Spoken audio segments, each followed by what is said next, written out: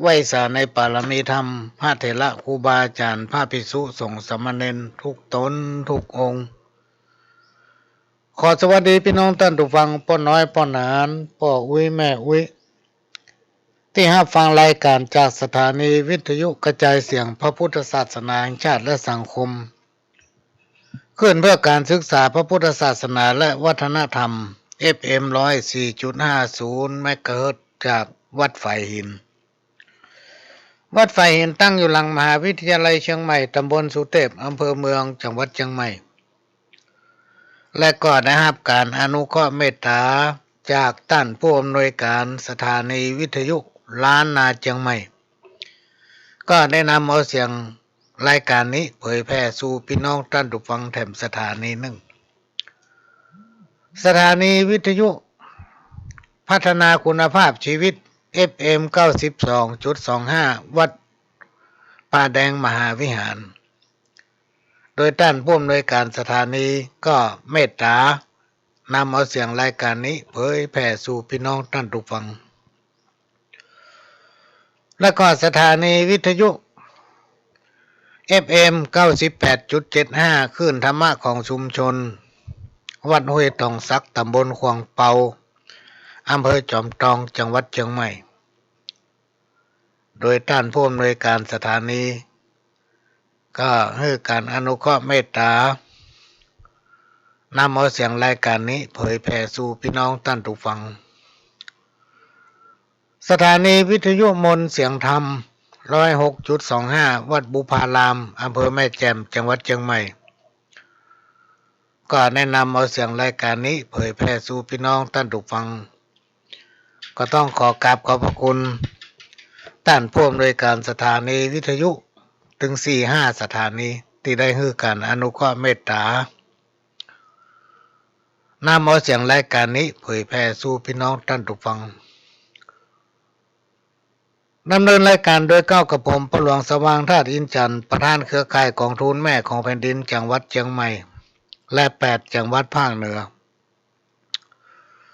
ประธานคณะที่ปรึกษาผู้ตรวจราชการภาคประชาชนจังหวัดเชียงใหม่และก็เป็นรองประธานศูนย์ประสานงานกองทุนแม่ของแผ่นดินแห่งชาติก็มาพบปะพี่น้องท่านผู้ฟังมาเปลี่ยนบรรยากาศให้พี่น้องท่านผู้ฟังหลังจากพี่น้องท่านผู้ฟังได้ฟังสาระสปะจากทางสถานี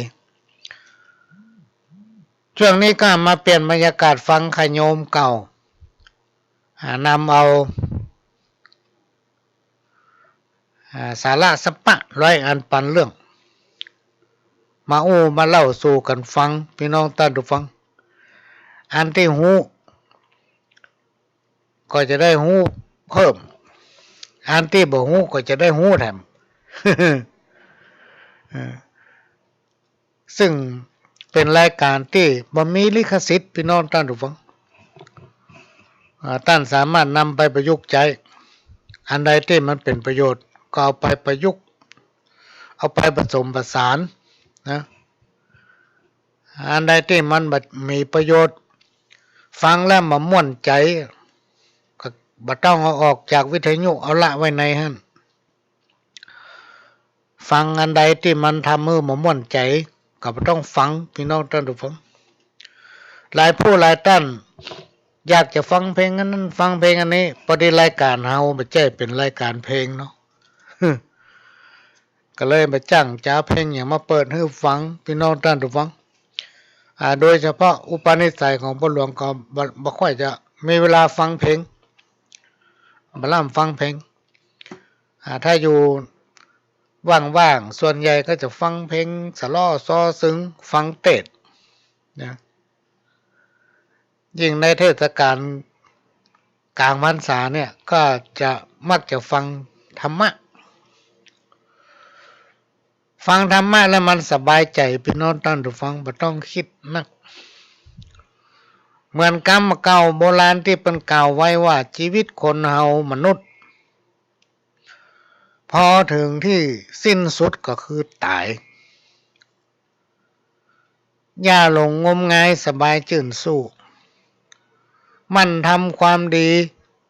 จะไปมีกะกำอูจ้วยกำจูธรรมะการทำบุญสุนทานการงานอย่าละคบหาแต่อันคนดีไผมีธรรมะไว้จักได้สุขีเกิดมาทั้งทีเอาดีฮือได้เอาดีฮือได้อันเนี้ยพี่น้องท่านผู้ฟังมันเป็นกรรมสั่งสอนเป็นสุภาษิตก็ว่าได้เตือนใจจากครูบาอาจารย์ที่เปิ้นกล่าวไว้ว่าคนเฮาเนี่ยพี่น้องท่านผู้ฟังบอกว่าจะอยู่ในสถานะไหนนะมีเกียรติสูงส่งขนาดไหนร่ำรวยขนาดไหนมีความดีงามขนาดไหนหรือตรงกันข้ามเป็นคนให้เป็นคนที่เก่งกล้าสามารถมีบารมีมีอิทธิพลใหญ่โตโลลาในที่สุดก็ต้องตายพี่น้องท่านผู้ฟังมันบ่เว้นไผสักคนบอกว่าคนนั้นจะเป็นไผนะที่เกิดมาเป็นมนุษย์คนเฮาเหมือนกันนะในที่สุดก็คือต้องตายกรรมว่าอย่าหลงงมงายสบายจื่นสู้เปิ้นบ่ให้คนเฮาหลงตัวเองบ่ให้เฮาหลงลืมว่าเฮาเกิดมาในภพนี้ชาตินี้วันนี้เฮาอายุเท่าใดแล้วเฮาจะอยู่ไปทำเท่าใดนะทุกคนนะพี่น้องท่านผู้ฟังหลายๆคนคิดผิดลืมตัวเก่าว่าตัวเป็นคนมนุษย์สิ้นสุดคือตายก็ยังหลงงมงายอยู่นะเพิ่นฮ้องว่าลืมตัว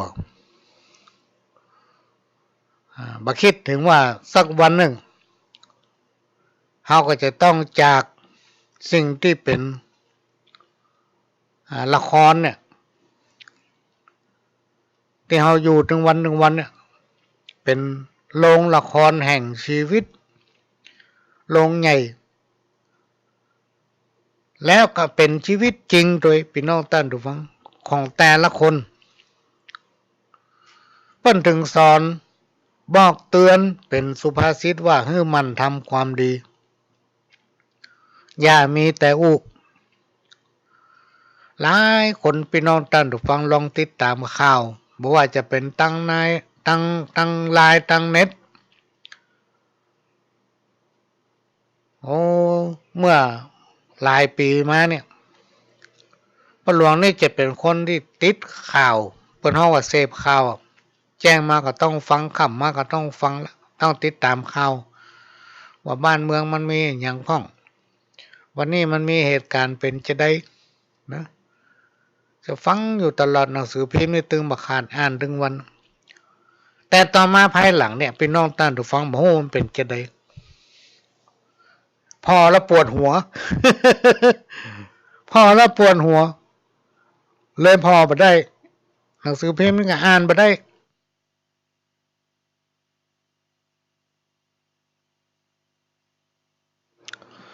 เมื่อก่อนนี้เคยกู้กับท่านผู้รักผู้ใหญ่ที่มีความรับผิดชอบสูงและก็มีความเกี่ยวข้องกับการเผยแพร่ภาพอย่างตั้งหลายเหล่านี้ไม่ว่าจะเป็นตั้งสื่อหนังสือพิมพ์ไม่ว่าจะเป็นสื่อทางออนไลน์อย่างต่างๆเนี่ยซึ่งเขามองข้ามพี่น้องท่านผู้ฟังว่าการเสพข่าวเนี่ยมันไม่ใช่มีกับเจ้าบ้านอย่างคนฟังหรือว่าเฮาตั้งหลายพี่น้องเจ้าพุทธอย่างพ่อหลวงนี่เปิ้นถือว่าเป็นคฤหัสถ์เป็นคนบ้านนะเขาสามารถจะเนี่ยได้ก็ได้เขาจะไปไหนก็ได้อาจจะนั่งกินอะไรยังก็ได้ที่เขาชอบกินนะเพราะเขาเป็นคนบ้านแต่ทำด้านหนึ่งพี่น้องท่านผู้ฟังในฐานะที่เขาเป็นเจ้าพุทธเขามีพระเกี้ยวเจ้าทั้ง3ประการเขามีพระพุทธ มีพระธรรมและสิ่งที่ฝังอยู่ในจิตใจของคนเราทั้งหลายก็คือพระสงฆ์องค์เนรนะ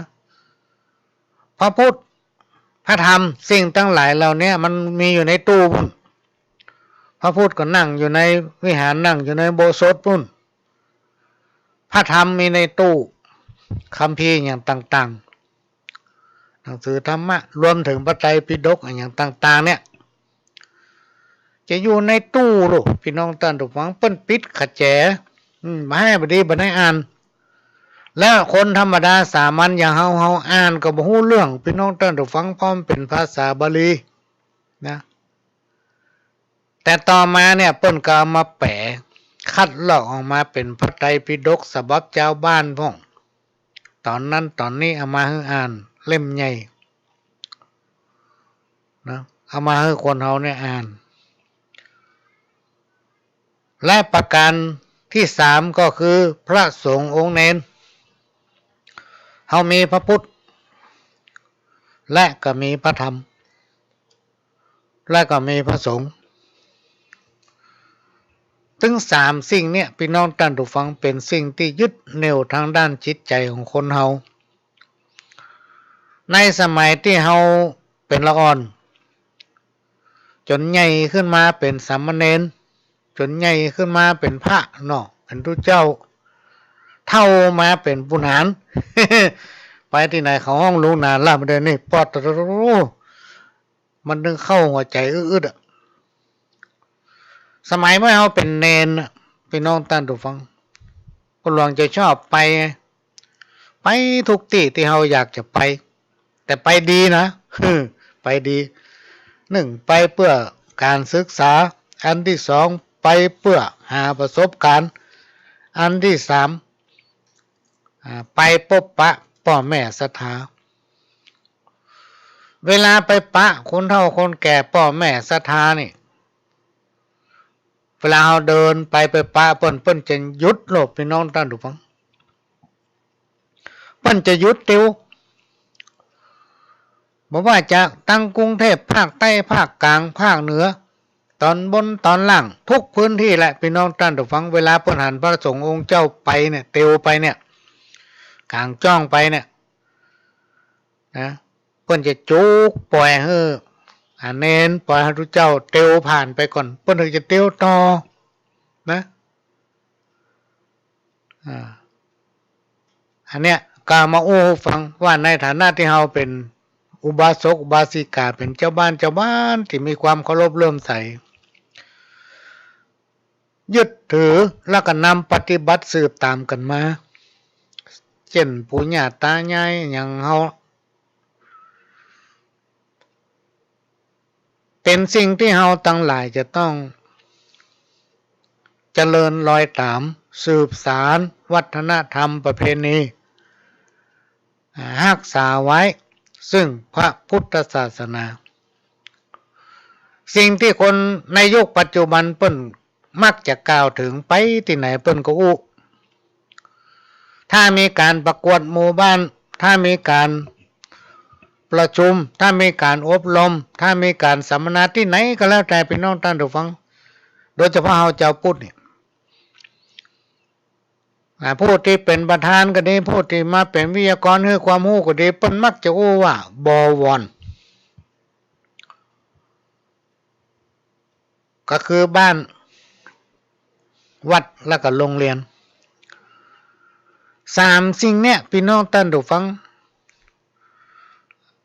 ถ้าไผ่ลืมไผ่ละอันใดอันหนึ่งเนี่ยบ้านนั้นบ่เจริญนะบ้านวัดโรงเรียนบ้านวัดโรงเรียนสามสิ่งนี้จะต้องร่วมมือกันจะต้องรวมใจกันเป็นหนึ่งนะเพราะเป็นสัจ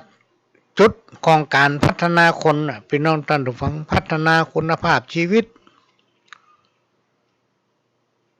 ทางวัดกับพัฒนาศีลธรรมพัฒนาทางด้านสปะแหละพี่น้องท่านผู้ฟังวัฒนธรรมประเพณีนะสั่งสอน บอกกล่าวนำเอาหลักธรรมคำสอนขององค์พระสัมมาสัมพุทธเจ้าที่เฮียนหูเอามาอู้ต่อถ่ายทอดให้พ่อแม่ศรัทธาฟังถ้าวัดมีโอกาสนำทำอย่างละลายอย่างเป็นตัวอย่างให้พี่น้องศรัทธา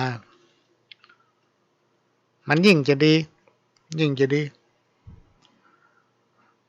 การอยู่วัดเนี่ยบ่แจ้งง่ายๆพี่น้องท่านทุกฟังถ้าบ่มีบุญเนี่ยบ่ใช่ว่าอยู่ได้นะเป็นตุเจ้าพระเนนนี่เฮาลองสังเกตพอละอ่อนน้อยๆถ้าเข้าไปบวชทุกคนพระที่ไหนก็จะไหวเปิ้นถือว่าถ้าไปบวชเฮียนเนี่ยเป็นลูกศิษย์ของพระพุทธเจ้าเป็นผู้ที่สละตัวตนเข้าไปบวชเพื่อศึกษาพระธรรมวินัยโรงเรียนเป็นที่อบรมบ่มนิสัยเป็นที่สร้างคนมนุษย์ตั้งแต่ตัวน้อยๆเนี่ยเตรียมอนุบาลจนมาใหญ่จนจบป.1 ป.2 ป.3 ป.4 ป.5แล้วก็มีการเรียนไปเรื่อยต่อไปจนจบปริญญาบุญโรงเรียนคือสถานที่สร้างคนพัฒนาทางด้านสปะหูตันโลกหูจักสิ่งไหนถูกสิ่งไหนควรจนมาอ่านหนังสือได้การสอนคนนี่ยากพี่น้องท่านผู้ฟังไม่ใช่ธรรมดาสร้างคนให้เป็นคนนี่ก็ยากบ้านคือเป็นผู้สนองนะผู้สนองตามนโยบายบอกว่าจะเป็นตั้งสมมติเขาเป็นหมู่บ้านมันก็มีระดับตำบลต่อไปก็เป็นระดับอำเภอระดับจังหวัดระดับจังหวัดก็จะมีระดับภาคระดับหน่วยงานหน่วยเหนือหน่วยกลางนี้เป็นต้นก็จะมีแนวนโยบายหรือยุทธศาสตร์ในการปฏิบัติในฐานะที่เราเป็นเจ้าพุทธพี่น้องท่านผู้ฟังห้องว่าอุบาสกบาสิกาสิ่งที่ปู่ย่าตายายเขาทำไว้อย่างใดเขาบอกควรละบอกควรลืมนะถ้าเขาเป็นผู้นำก็จะไปมีกากรรมบ่ได้ไปไหนก็มีกากรรมเขาจะไปลืมว่าในยุคปัจจุบันเนี่ยคนมันสลาดแล้วมันหู้ตันกันหมดพี่น้องท่านผู้ฟังถ้ามีกากรรมไปไหนก็มีกากรรมเอาเข้าไปที่ไหนเปิ้นบ่เชื่อขี้หน้านะเปิ้นจะไปเชื่อขี้หน้าละเพราะฉะนั้นเราต้องช่วยกันกำจูโดยเฉพาะธรรมะนำเอาคุณธรรมหรือว่าวิธีพูดวิธีธรรมเข้าสู่สังคมชุมชนนะการทำบุญสุนทานการช่วยเหลือซึ่งกันและกันเนี่ยก็อย่าได้ขาดพยายามฝึกตนฝึกตัวเก่าฝึกคนในครอบครัวพยายามบอกเตือนลูกเต้าเหล่าหลานให้มีความเอื้อเฟื้อเผื่อแผ่กระทำในสิ่งที่ดีบ่เบียดเบียนคนนั้นบ่เบียดเบียนคนนี้บ่แยกพรรคบ่แบ่งพวกอันนั้นเป็นพวกคนนั้นอันนี้เป็นพรรคคนนี้ ก้าวเป็นคนเหมือนกันนะพี่น้องท่านผู้ฟังมันจะเป็นพวกไผ่ก็แล้วแต่มันจะเป็นคนดีคนให้มันก็กินข้าววัน3 คาบอย่างเดียวกันหมดในฐานะที่เราเป็นชาวบ้านถึงเวลากินเวลาทานกับไปวัดเดียวกันนั้นถึงเวลาตายเข้าไปเหี่ยวอย่างเดียวกันนั้นเขาจะว่าคนนั้นดีกับเฮาคนนั้นอย่างนั้นอย่างนี้กับเฮาเวลาเขาตายเขาก็ตายคนเดียวพี่น้องท่านผู้ฟังเหมือนกับคำที่ว่ากินลายตายคนเดียวนั่นการคบคนครูอาจารย์เพิ่นแต่งแต้มเขียนไว้ว่าคบหาแต่อันคนดีถ้าไผมีธรรมะไว้จักได้สุขีเกิดมาทั้งที เอาดีให้ได้เอาดีให้ได้พอคบคนดีไงคนใดที่มันบัดดีพี่น้องท่านผู้ฟังมันถึงหูคนใดดีคนใดบัดดีทุกคนย่อมจะหูด้วยตัวเก่าถ้าใครหูจักคนใดก็เข้าหาคนนั้นถ้าหารว่ามันบัดดีก็จะไปใกล้มันปล่อยมันอยู่คนเดียวมัน นะเมื่อมันมีไผครบและแหงในที่สุดมันก็จะปรับพฤติกรรมของตัวเก่าสิ่งที่เราจะลืมไปได้ก็คือว่าต้องสั่งสอนลูกเต้าเหล่าหลานให้เกิดความสมัครสมานสามัคคีโดยน้อมนำเอาธรรมะเนี่ยเป็นน้องท่านผู้ฟังมาประยุกต์แล้วก็สอนเขาว่าทำดีได้ดีนะลูกทำบดีก็จะได้บดีนี่นะบาปบุญคุณและโทษเนี่ยมันเป็นเงาติดตามตัวเฮาถ้าไผ่ทำกับคนนั้นได้บาปกรรมมันมีมันมาถึงวันนี้วันหน้ามันจะมามันจะทำเมื่อเฮาอยู่ในบ่วันอกบ่วันใจเปิ้นเฮาว่าหน้าจื้นแต่ใจตมใจตอมนี่เป็นต้นเนี่ยอย่างก็มีความสำเร็จในชีวิตนะบ่ต้องไปคิดอย่างนักในเมื่อเอาเกิดมาเป็นคนเนี่ยจะอยู่ในฐานะใดก็ตามก็ต้องพอใจในสภาพของตัวเก่าสั่งสอนลูกเต้าเหล่าหลานบดีจังคนนั้นบดีว่าคนนี้บดีอินชาการร้อนไผ่เอาตัวเกะตัวเก่าหื้อรอดหื้อพ้นไปเป็นวันโดยทิ่มเบียดเวียนไผ่นะมันก็จะทำให้ความวุ่นวายที่เป็นว่าไว้นะมันหายไปหมดความวุ่นวายมันดึงมาใกล้ละเพราะเฮาบ่สนใจมันถ้าไผเฮาว่ามันบ่ดีอุปนิสัยมันบ่ดีเฮาก็มาใกล้มาละไอ้หมอนี่มันขี้ยืมป้าไหนก็ถามยืมมันนั่นถามยืมมันนี่อู้อ่อนอู้หวานอู้ม่วนถ้าได้ไปแล้วหายแซ่บ ไอ้นี่มันบ่ดีถ้าไผว่ามันบ่ดีมันโคตรเนี่ยโคตรมีที่ไหนมันเอามาโคตรหมดทลายคนนั้นคนนี้อัตตาตัวมันทำนี่บ่ดีแท้ๆมันถึงว่าดีหมด สิ่งทั้งหลายเหล่านี้จะไปให้มีในจิตในใจให้มันเหมาะสมกับค่าของความเป็นคนที่เราเกิดมาเป็นคนพี่น้องท่านผู้ฟังถ้าตายไปแล้วจะได้มาเกิดทำกรยังบ่ฮู้เพราะฉะนั้นในโอกาสที่เราเกิดมาเนี่ยก็ต้องช่วยกันหลักธรรมมันเป็นคำสั่งสอนขององค์พระสัมมาสัมพุทธเจ้านั้นทั่วโลกเพิ่นยอมรับพี่น้องท่านผู้ฟังว่าพระพุทธศาสนาของเฮานั้นทำให้คนในโลกสมัครสมานฮักกันมีความสามัคคีทำให้คนเป็นคนดีถ้าคนไหนเชื่อคนไหนฟังคนไหนนำปฏิบัติซ้ำจะดีขนาดอันนี้ก็เป็นสิ่งที่เอามาเล่ามาอู้ฟังพี่น้องท่านผู้ฟังคนที่ฟังเนี่ยไม่ใช่ฟังพ่อหลวงนะคนที่ฟังกรรมครูบาอาจารย์ฟังพ่อฟังแม่ฟังปู่ย่าตายายเนี่ยบ่ต้องอัพพ่อแม่ครูบาอาจารย์ปู่ย่าตายายเป็นห้องบุพการีเป็นผู้ที่ให้ชีวิตเป็นผู้ที่ให้แสงสว่างกับตัวเฮาสั่งสอนเฮาให้เป็นคนดีเปิ้นย่อมบ่มีอคติมีที่ไหนพ่องพ่อวิแม่วิอีพ่อไอ้แม่ฆ่าลูกตัวเก่านี่มีนะมันมีเปิ้นทำบัดได้คือลูกก็คือแก้วตาดวงใจเป็นจิตใจของพ่อแม่ปู่ย่าตายายครูบาอาจารย์เนี่ยพี่น้องท่านผู้ฟังเปิ้นเคยถือว่าเฮานั้นเป็นละอ่อนนั่นน่ะเปรียบเฮาเสมือนลูก เพราะฉะนั้นเราต้องมีความกตัญญูกตเวทิตาคุณกตัญญูนี่ต้องแง่อย่างพ่องพี่น้องท่านดูฟังต้องเป็นคนดีเชื่อฟังคำเปิ้นบอกอันนั้นบัดดีจะไปยะกับประทานยะอันนั้นบัดดีทำก็อย่าไปท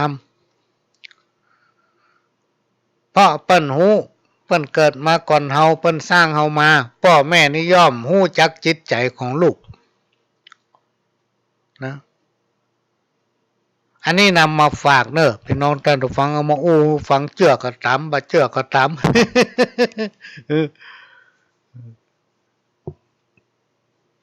ทำดีแล้วได้ดีมีจริงหรือไม่ทำดีแล้วได้ดีมีจริงหรือไม่อันนี้เป็นคำถามของคนหลายคนที่มันถึงไปไหนวันมันลวกแล้วเปิ้นมดไปที่ไหนมันก็หู้มดเปิ้นโอ้อย่างมามันก็หู้มดมันหู้แล้วมันบ่นำปฏิบัติมันฮ้องว่าเป็นไม่เศร้าล้ำคุ้มถ้ามานับเป็นสตางค์นี่มันเกินบาทหลายๆคนพี่น้องท่านผู้ฟังที่ผ่านมาในชีวิตของปหลวงที่ได้พบได้ปะได้คบหากันเนี่ยบางคนนี่ดีขนาดคนถ้ามันบดีนี่ปหลวงตึงบอกคบนะพี่น้องท่านผู้ฟังจะโอ้ฟังบัจเจ้ว่าปหลวงดีนะปหลวงสว่างบัจเจ้เป็นคนดีและก็บัจเจ้เป็นคนให้แต่มาให้บดีนี่มาคบไผ่พี่น้องท่านผู้ฟังถ้าบัจำเป็นนี่ไผ่ก็ไม่ได้ปะเฮาก็ไม่ได้ปะไผ่อันนี้เป็นความจริงหลายๆคนเป็นคนดีหลายๆคนเป็นคนดีแล้วก็ดีล้ำถ้าเป็นว่าบาทเนี่ยมันไปบาท25บ่บาท50บาท75บ่ทุกคนเป็นคนดีหมดพี่น้องท่านผู้ฟังแต่วิถีชีวิตของคนเฮาเนี่ยเพิ่นสร้างมาอย่างนั้นคน10คนจะฮื้อใจมันเหมือนกันกู้คนเนี่ยมันเป็นไปบ่ได้มันจะต้องมีความคิดแตกแผกกันไปน้อยหนึ่งอันยังจะมาทำให้ความคิดหลายๆความคิดนั้นมาเปาะมาหอมกันแล้วสร้างสรรค์สังคมได้ก็คือธรรมะอันเป็นคำสั่งสอนขององค์พระสัมมาสัมพุทธเจ้านั้นเพิ่นสอนให้คนเฮามีความเมตตานะให้มีความฮักให้มีความสามัคคีความฮักความสามัคคีนำมาซึ่งความเจริญนำมาซึ่งความอยู่เย็นเป็นสุขเฮาเจ้าพุทธบรรพบุรุษปู่ย่าตายายของเฮาทั้งหลายต่างก็มีความเชื่อเกี่ยวกับกฎแห่งกรรมและก็มีการพิสูจน์ว่าเป็นสิ่งที่เกิดขึ้นได้จริงผู้ที่กระทำหรือปฏิบัติแต่สิ่งที่ดีงามอย่างจริงจังสิ่งที่จะได้รับนั่นคือเมื่อทำแต่ความดีงามและหู้จักคุณหู้จักโทษย่อมนำความสุขมาสู่ตนและครอบครัวรวมถึงสังคมโดยรวมเปรียบเหมือนเฮาปลูกต้นข้าวก็ได้ข้าวพี่น้องท่านผู้ฟังเฮาปลูกต้นมะม่วงก็ได้กินหน่วยมะม่วงครูบาอาจารย์ท่านได้กล่าวไว้ว่าผู้ใดปฏิบัติแต่กรรมดีย่อมได้รับผลดีนั้นๆกินได้นอนหลับอยู่สุขกายสุขใจมันส่งผลไปถึงลูกเต้าก็จะอยู่ถ้อยฟังกรรมลูกเต้าก็จะเป็นคนดีนะครูบาอาจารย์ท่านได้กล่าวไว้ถามว่าอุปนิสัยโดยรวมของคนมนุษย์เฮานั้นซึ่งมันเป็นปกติธรรมดาของอุปนิสัยเวลามีความสุขลืมตัว เวลามีความสุขมีพร้อมหมดเนี่ยพี่น้องท่านทุกฟังลืมตัวเก่าบ่ให้นึกถึงเรื่องศีลเรื่องธรรมบ่สนใจธรรมะบ่สนใจวัดวาอารามบ่คิดหาและบำเพ็ญตนให้เป็นพุทธมรรคบ่สนใจในการทนุบำรุงพระพุทธศาสนามีจิตใจเหินห่างบ่เชื่อกฎแห่งกรรมนะวันใดวันหนึ่งพอเกณฑ์ชะตาตกลงเกณฑ์ชะตาตกต่ำมีปัญหาพบกับความทุกข์หาทางออกมาได้ล่นเข้าวัด ไปหาหลวงพ่อไปหาหลวงลุงลดน้ำมนต์น้อยโตเมื่อข้อกรรมมาถึงตนถึงจะหารธรรมะเรียกว่าบ่ปะความทุกข์ยากบ่เดือดร้อนบ่หันธรรม อันนี้เป็นเพราะว่าคนลืมตัวธรรมะเป็นคำสั่งสอนขององค์พระสัมมาสัมพุทธเจ้าผู้ใดนำปฏิบัติคู่กับชีวิตประจำวันได้ธรรมะจึงเป็นทางออกของความทุกข์หรือวิบากกรรมนั้นๆทำดีต้องได้ผลดีทำบดีก็ย่อมได้รับผลบดีนั้นๆหลีกถึงบ่ได้บอกว่าเขาจะฉลาดชักเพียงใดพี่น้องท่านทุกฟังหลายๆคนท่านลองสังเกตพอเถอะถ้าเปิดว่ามันบดีมันโคตรมันพอใจมันดีหมกได้ย้อนใส่เปิ้นมั้ง เปิ้นห้องว่าคนผ่านคนเหมือนกันเนี่ยพี่น้องท่านทุกฟังบางทีก็มีการศึกษาแต่อุปนิสัยสันดานที่มันฝังอยู่ในตัวเนี่ยมันไม่ยอมรับเปิ้นห้องว่าเป็นคนดื้อจิตใจมันต่ำมันเป็นคนพาลชอบละลานคนอื่นนะไผอู้อย่างมันก็บอกฟังไผอู้อย่างมันก็บอกเชื่อเอามันฉลาดอยู่คนเดียวทั้งที่บางอย่างหู้ตัวอยู่ว่าอันเนี้ยมันบ่ดีมาทำถือว่าไผตึงหู้ไผตึงหัน ถ้าไผดันไปหู้มันโคตรละ โมโห อันนี้ก็นำมาฝากพี่น้องท่านผู้ฟัง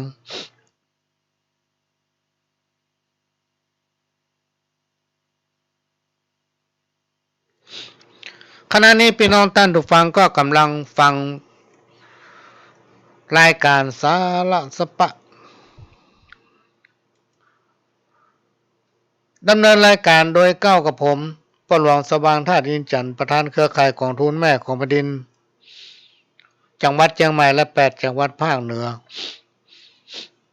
ประธานคณะที่ปรึกษาผู้ตรวจราชการภาคประชาชนคณะต่างๆในจังหวัดเชียงใหม่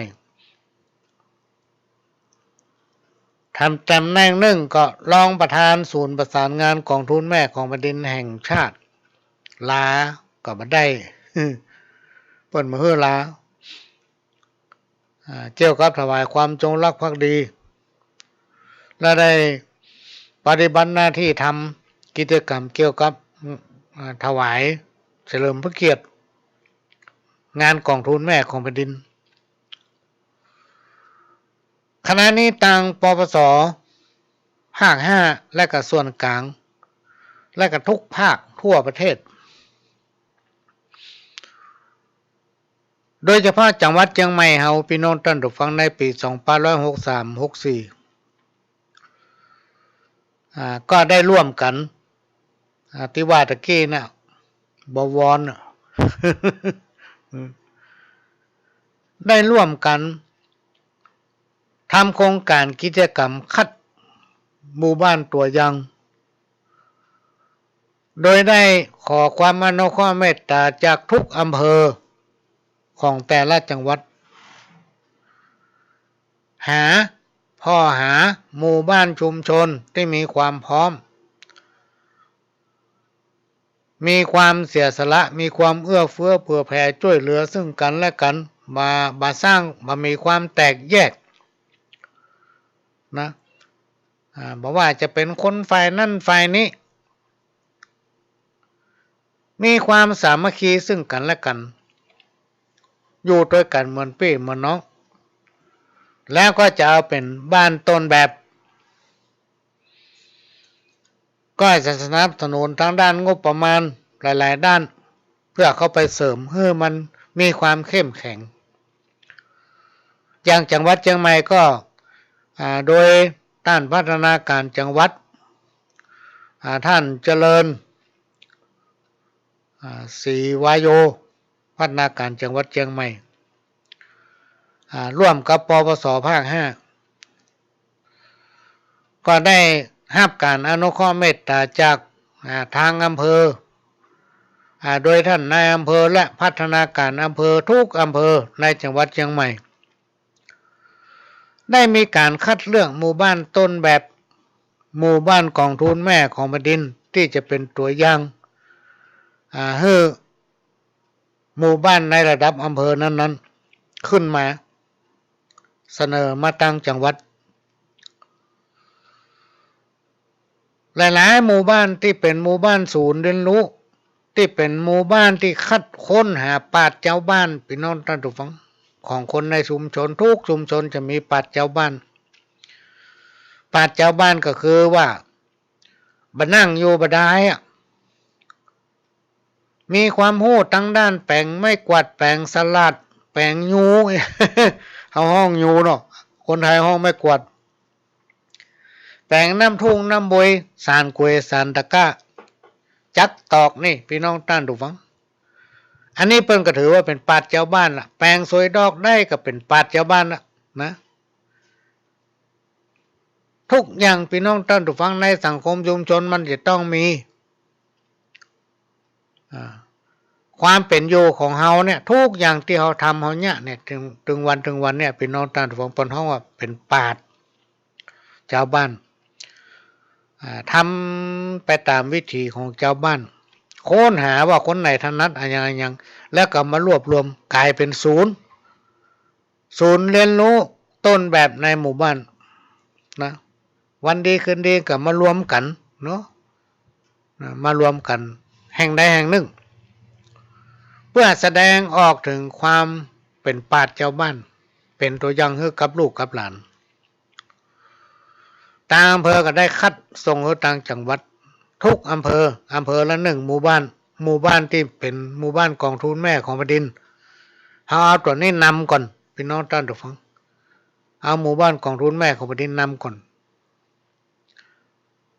เสร็จแล้วถึงจะขยายไปสู่หมู่บ้านต่างๆที่ประแจ้หมู่บ้านกองทุนห้องว่าขยายผลต่อมาเมื่อต้นเดือนสิงหากรกฎามาถึงสิงหานี่ก็มีการคัดเลือกเอาหมู่บ้านแต่ละอำเภอนั้นมาประกวดเพื่อจะเอาเป็นศูนย์หมู่บ้านของทุนแม่ของแผ่นดินศูนย์เรียนรู้ชุมชนหมู่บ้านกองทุนแม่ของแผ่นดินเพื่อจะเอาไว้รองรับแขกพี่น้องท่านผู้ฟังบอกว่าจะเป็นภาครัฐภาคเอกชนผู้รักผู้ใหญ่ในบ้านในเมืองหรือว่าในต่างประเทศที่เปิ่นมาเยี่ยมมาเอี่ยวบ้านเมืองเหนือเฮามาเอี่ยวบ้านเฮาจะเป็นที่ต้อนรับเปิ่นถือว่าเป็นบ้านต้นแบบเป็นหมู่บ้านที่มีศูนย์เรียนรู้ภูมิปัญญาพื้นบ้าน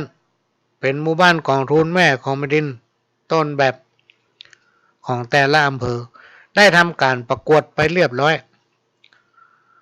ตอนนี้ทางจังหวัดกำลังรวบรวมหลักฐานและก็ได้ทำใบประกาศไว้ประกาศเกียรติคุณไว้นำเสนอท่านผู้ว่าราชการจังหวัดเพื่ออนุมัติแล้วก็เซ็นแล้วถึงจะประกาศเป็นทางการว่าที่เราประกวดกันถึง25อำเภอเนี่ย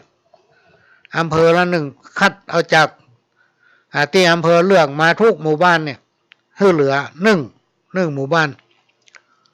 ใน25อำเภอก็มี25หมู่บ้านมาประกวดกัน อันดับ1อันดับ2อันดับ3อันดับ4อันดับ5ก็คาดว่าช่วงกันยาเนี่ยก็คงมีประกาศผลฮู้ปหลวงก็นำมาแจ้งแล้วมันมีโครงการเร่งด่วนตอนเนี้ยพี่น้องท่านผู้ฟังซึ่งทางส่วนกลางและก็ปวสภาค5มีโครงการเพิ่มศักยภาพพัฒนาอาชีพให้แก่หมู่บ้านกองทุนแม่ของแผ่นดินโดยอำเภอทุกอำเภอเนี่ยก็จะได้รับงบประมาณส่วนหนึ่งเพื่อไปดำเนินการเกี่ยวกับสร้างความเข้มแข็งในพื้นที่ของตัวเก่า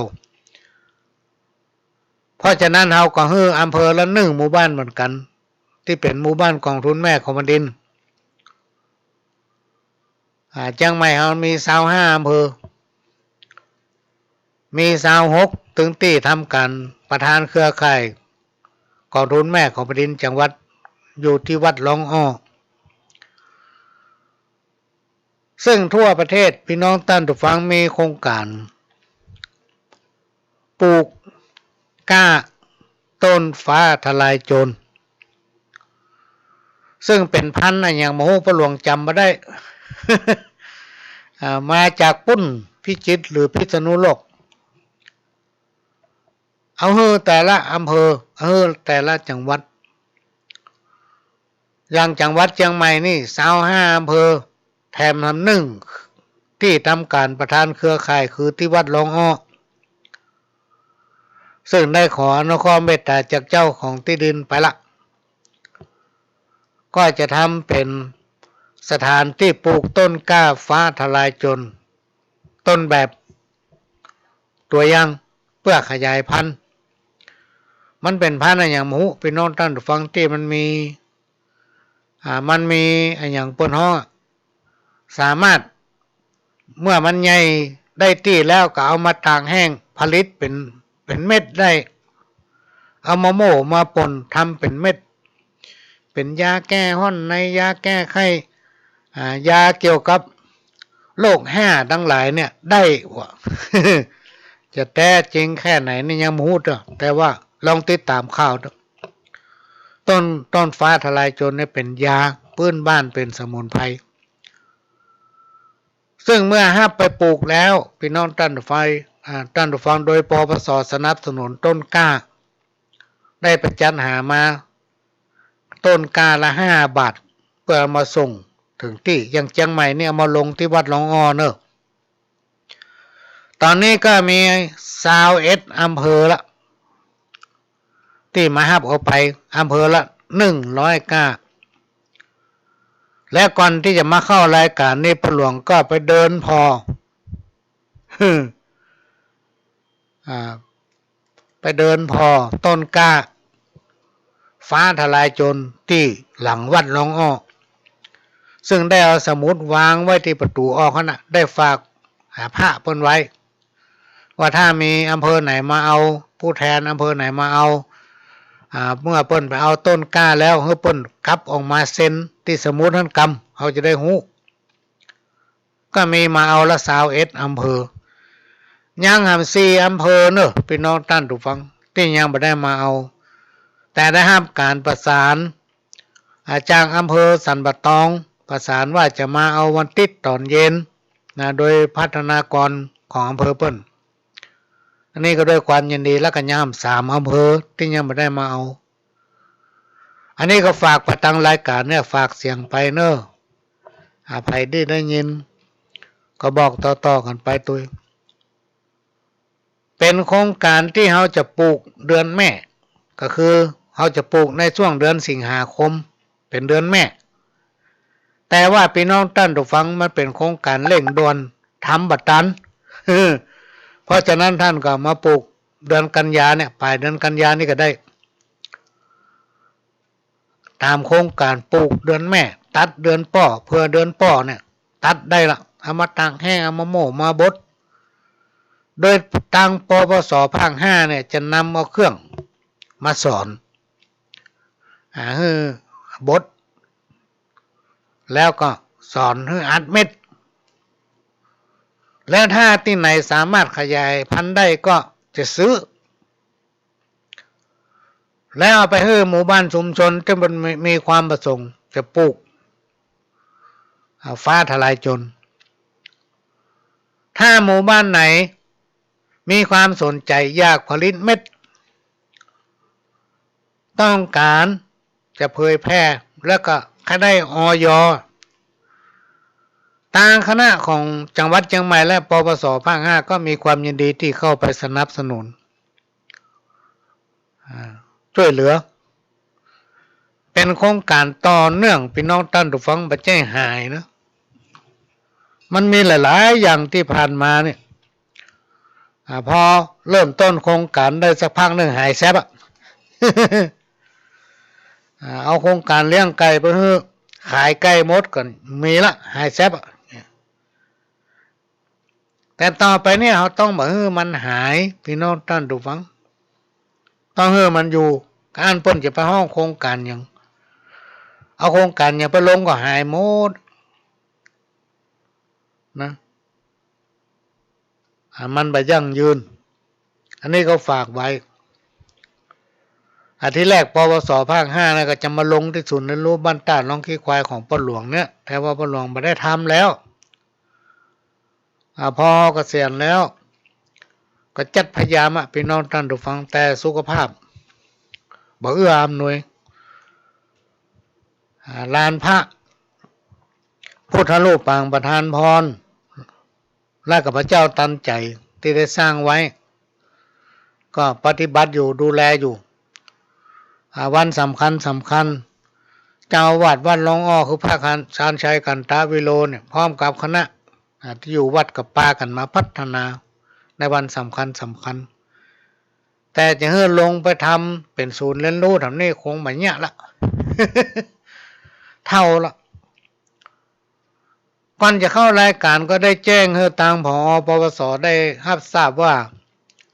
ต้นกล้าฟ้าทลายโจรเนี่ยถ้าจะบ่ปอเนอะตะกี้ปหลวงไปพอเนี่ยมันเหลือมานักที่จะตายก็จะตายพี่น้องท่านผู้ฟังเพราะฉะนั้นไผ่ที่ยังบ่ได้มาเอาเตื้อถ้าจ้านะมันอาจจะได้ของบางงามบ่ดีเนอะ อันนี้ก็แจ้งให้ทราบ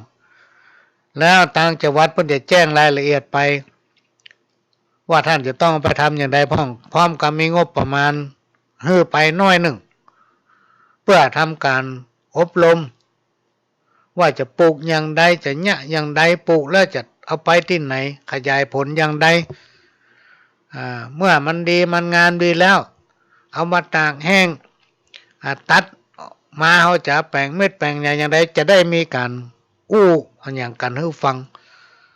เพราะฉะนั้นอำเภอที่ได้ห้าไปเนี่ยก็จะต้องมีการอบรมมีการประชุมโดยปปส.คอยออกไปพบไปปะทางเครือข่ายของจังหวัดเชียงใหม่ก็จะมีตัวแทนไปกินข้าวด้วยกันนะพี่น้องท่านผู้ฟังและสิ่งที่สำคัญที่สุดช่วงเนี้ยพี่น้องท่านผู้ฟังมันเป็นช่วงที่เราจะต้องเฝ้าระวังอันอย่างพี่น้องท่านผู้ฟังก็เฝ้าระวังอันเนี้ยไวรัสเนี่ยที่เป็นห้องว่าโรค5เนี่ย โรค5เนี่ยพี่น้องท่านผู้ฟังมันทำให้เดือดร้อนกันไปทั่วโลกเขาแจ้งมาทางเฟซทางไลน์ว่าคนทั่วโลกตายกันไปทันนี้เบามาอ่านละเพราะเขาบ่ได้หูบ่ได้หันเขาบ่ชัดเจนในเรื่องนี้แต่ในเมื่อเขาเป็นคนดีพี่น้องท่านผู้ฟังไปไหนไผก็ฮักไปไหนไผก็ชอบอยู่ที่ไหนก็บังเกิดความอบอุ่นกินได้นอนหลับพ้นจากวิกฤตวิบากกรรมนี้ไปได้โดยเฉพาะเราเป็นชาวพุทธรายการที่ผ่านมานี่ได้ถึงครูบาอาจารย์บอกว่าอุปนิสัยโดยรวมของคนเฮานั้นเมื่อเวลามีความสุขมักลืมตัวเนาะ แต่พี่น้องคนฟังตั้งหลายเนี่ยเป็นคนดีที่บ่ลืมตัว มีหลายคนพยายามโทรหาติดต่อมาทางป้าหลวงใครอู้ใครอู้แต่ว่าป้าหลวงบอกให้เก่งดังโทรศัพท์เพราะในช่วงจัดรายการเนี่ยพี่น้องท่านฟังเขาใจโทรศัพท์สัมพันธ์กับรายการไม่สามารถสนองเจตนาของท่านได้ทุกคนพี่น้องท่านฟังต่างเป็นคนดีมีศีลมีธรรมศีลธรรมขั้นพื้นฐานที่ควรมีเป็นเกาะแก้วกันบาปแก้กรรมจากนักให้เป็นเบาหลายคนได้กระทำความดีงามเป็นตัวอย่างให้กับลูกกับหลานจนลูกหลานเป็นคนดีใส่ใจนำเอาธรรมะอันเป็นคำสั่งสอนองค์พระสัมมาสัมพุทธเจ้าโดยเฉพาะศีลมาไว้ปฏิบัติมาไว้ประดับใจของตนเองอันเนี้ยเป็นสิ่งที่นำมาอู้มาฝากพี่น้องท่านผู้ฟังก็ฝากไว้กับพี่น้องคนฟังทั้งหลายเนี่ยช่วงนี้ป้าหลวงก็จะขอพักสักแป๊บหนึ่งพี่น้องท่านผู้ฟังอู้ไปคอแห้งเลยเดี๋ยวฟังเทปเก่าสักกำก็เดี๋ยวเขาก็มาปะกันใครที่ขอฟังเทปประวัติของครูบาเจ้าครูบาข่าวปีเตรียมไว้เหมือนกันเดี๋ยวตอนท้ายรายการนอกจะมาเปิดให้ฟังสักแป๊บหนึ่งช่วงนี้ขอพักสักกำอู้ไปมาคอแห้งพี่น้องท่านผู้ฟังรถมันยังเติมน้ำมันเนาะจะเป็นในย่างกินน้ำไปสักกำอู้ไปเมื่อหลายเดือนก่อนว่าจะขานล่องวันพุธซึ่งเป็นวันอาทิตย์ซึ่งปีนี้หนังสือปีใหม่พี่น้องท่านผู้ฟังเพิ่นบอกว่าโรค5จะระบาด เข้าอย่างมากแพงเศรษฐกิจจะฝืดเคืองแก้วแหวนเงินคำจะฝืดผิดปกติจักมีการแข่งแย่งชิงดีชิงเด่นผู้มีศีลผู้มีความดีจักเดือดร้อนจะเกิดภัยพิบัติน้ำท่าจักแปรปรวนเวลาฝนตกมาก็ท่วมพอมันบัดตกก็แห้งแล้งอย่างนี้เป็นต้นเศรษฐกิจบ่ค่อยดีพี่น้องท่านผู้ฟังมันหลายอย่างมากระทบโดยเฉพาะโรคไวรัสโควิดที่กำลังระบาดไปทั่วโลกตอนนี้เดือดร้อนกันกู้บ้านกู้เมืองพี่น้องท่านผู้ฟังบ่ใช่เฉพาะประเทศไทยบ่ใช่เฉพาะบ่กี่จังหวัดในบ้านในเมืองเฮาทั่วโลกเพราะฉะนั้นเราจะต้องรักษาสุขภาพจะต้องดูแลตัวเองคนในครอบครัวของตนเองก็ต้องมีการพัฒนาตัวเก่าพี่น้องท่านผู้ฟังเศรษฐกิจบ่ดีก็เพราะว่ามันไปไหนบ่ค่อยได้ไปค้าไปขายเขาจะสังเกตเห็นว่าตลาดเนี่ยหรือว่ากาดที่ห้องกันล้านนาเมืองเหนือเฮาอากาศบอกว่าจะเป็นกาดเจ้ากาดแรงหลายๆพื้นที่พี่น้องท่านผู้ฟังเพิ่นปิดมีความจำเป็นจะต้องปิดกาด เพราะว่าโรคไวรัสเนี่ยมันระบาดไปทั่วทุกที่มีสายพันธุ์นั้นสายพันธุ์นั้นนี่ โดยเฉพาะเมืองเหนือล้านนาของเขาเนี่ยส่วนใหญ่จะเป็นชาวพุทธมีความเคารพเลื่อมใสในพระพุทธศาสนามีพระรัตนตรัยเป็นที่พึ่งเป็นล่มโพล่มไทร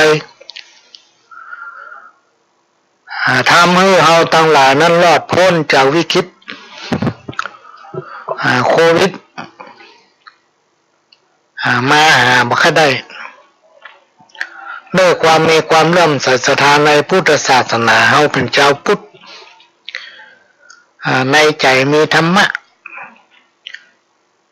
นิยมชนะอาธรรมพี่น้องตอนดูฟังชนะทุกอย่างยิ่งถ้าเอาเป็นผู้ที่มีจิตใจบริสุทธิ์อยู่ในศีลกินในธรรมก็คือมีใจอบอ้อมอารีเป็นที่เคารพแก่คนทั้งหลายเป็นที่ฮักแก่คนในครอบครัวนำสิ่งดีๆสู่ลูกสู่หลานประชาสัมพันธ์ญาติมิตรพี่น้องศรัทธาตายกตายิการ่วมกันส่งเสริมร่วมกันทำความดีรักษาสุขภาพของตัวเก่าด้วยการทักตัวเก่าบะเอวหั่นบะเอวนี่สิ่งที่บ่จำเป็นก็บ่ซื้อบ่หาอยู่บ้านระวังสุขภาพของตัวเองถวายเป็นพุทธบูชาโลกที่เป็นว่ากันเนี่ยพี่น้องตามตัวฟังดูข่าวแล้วน่าสังเวชเลยบ่ให้ดู ตายตามข้างถนนตายในบ้านพอขึ้นอืดขึ้นเน่าบางที่บางแห่งเผาทั้งเมื่อวันเมื่อคืน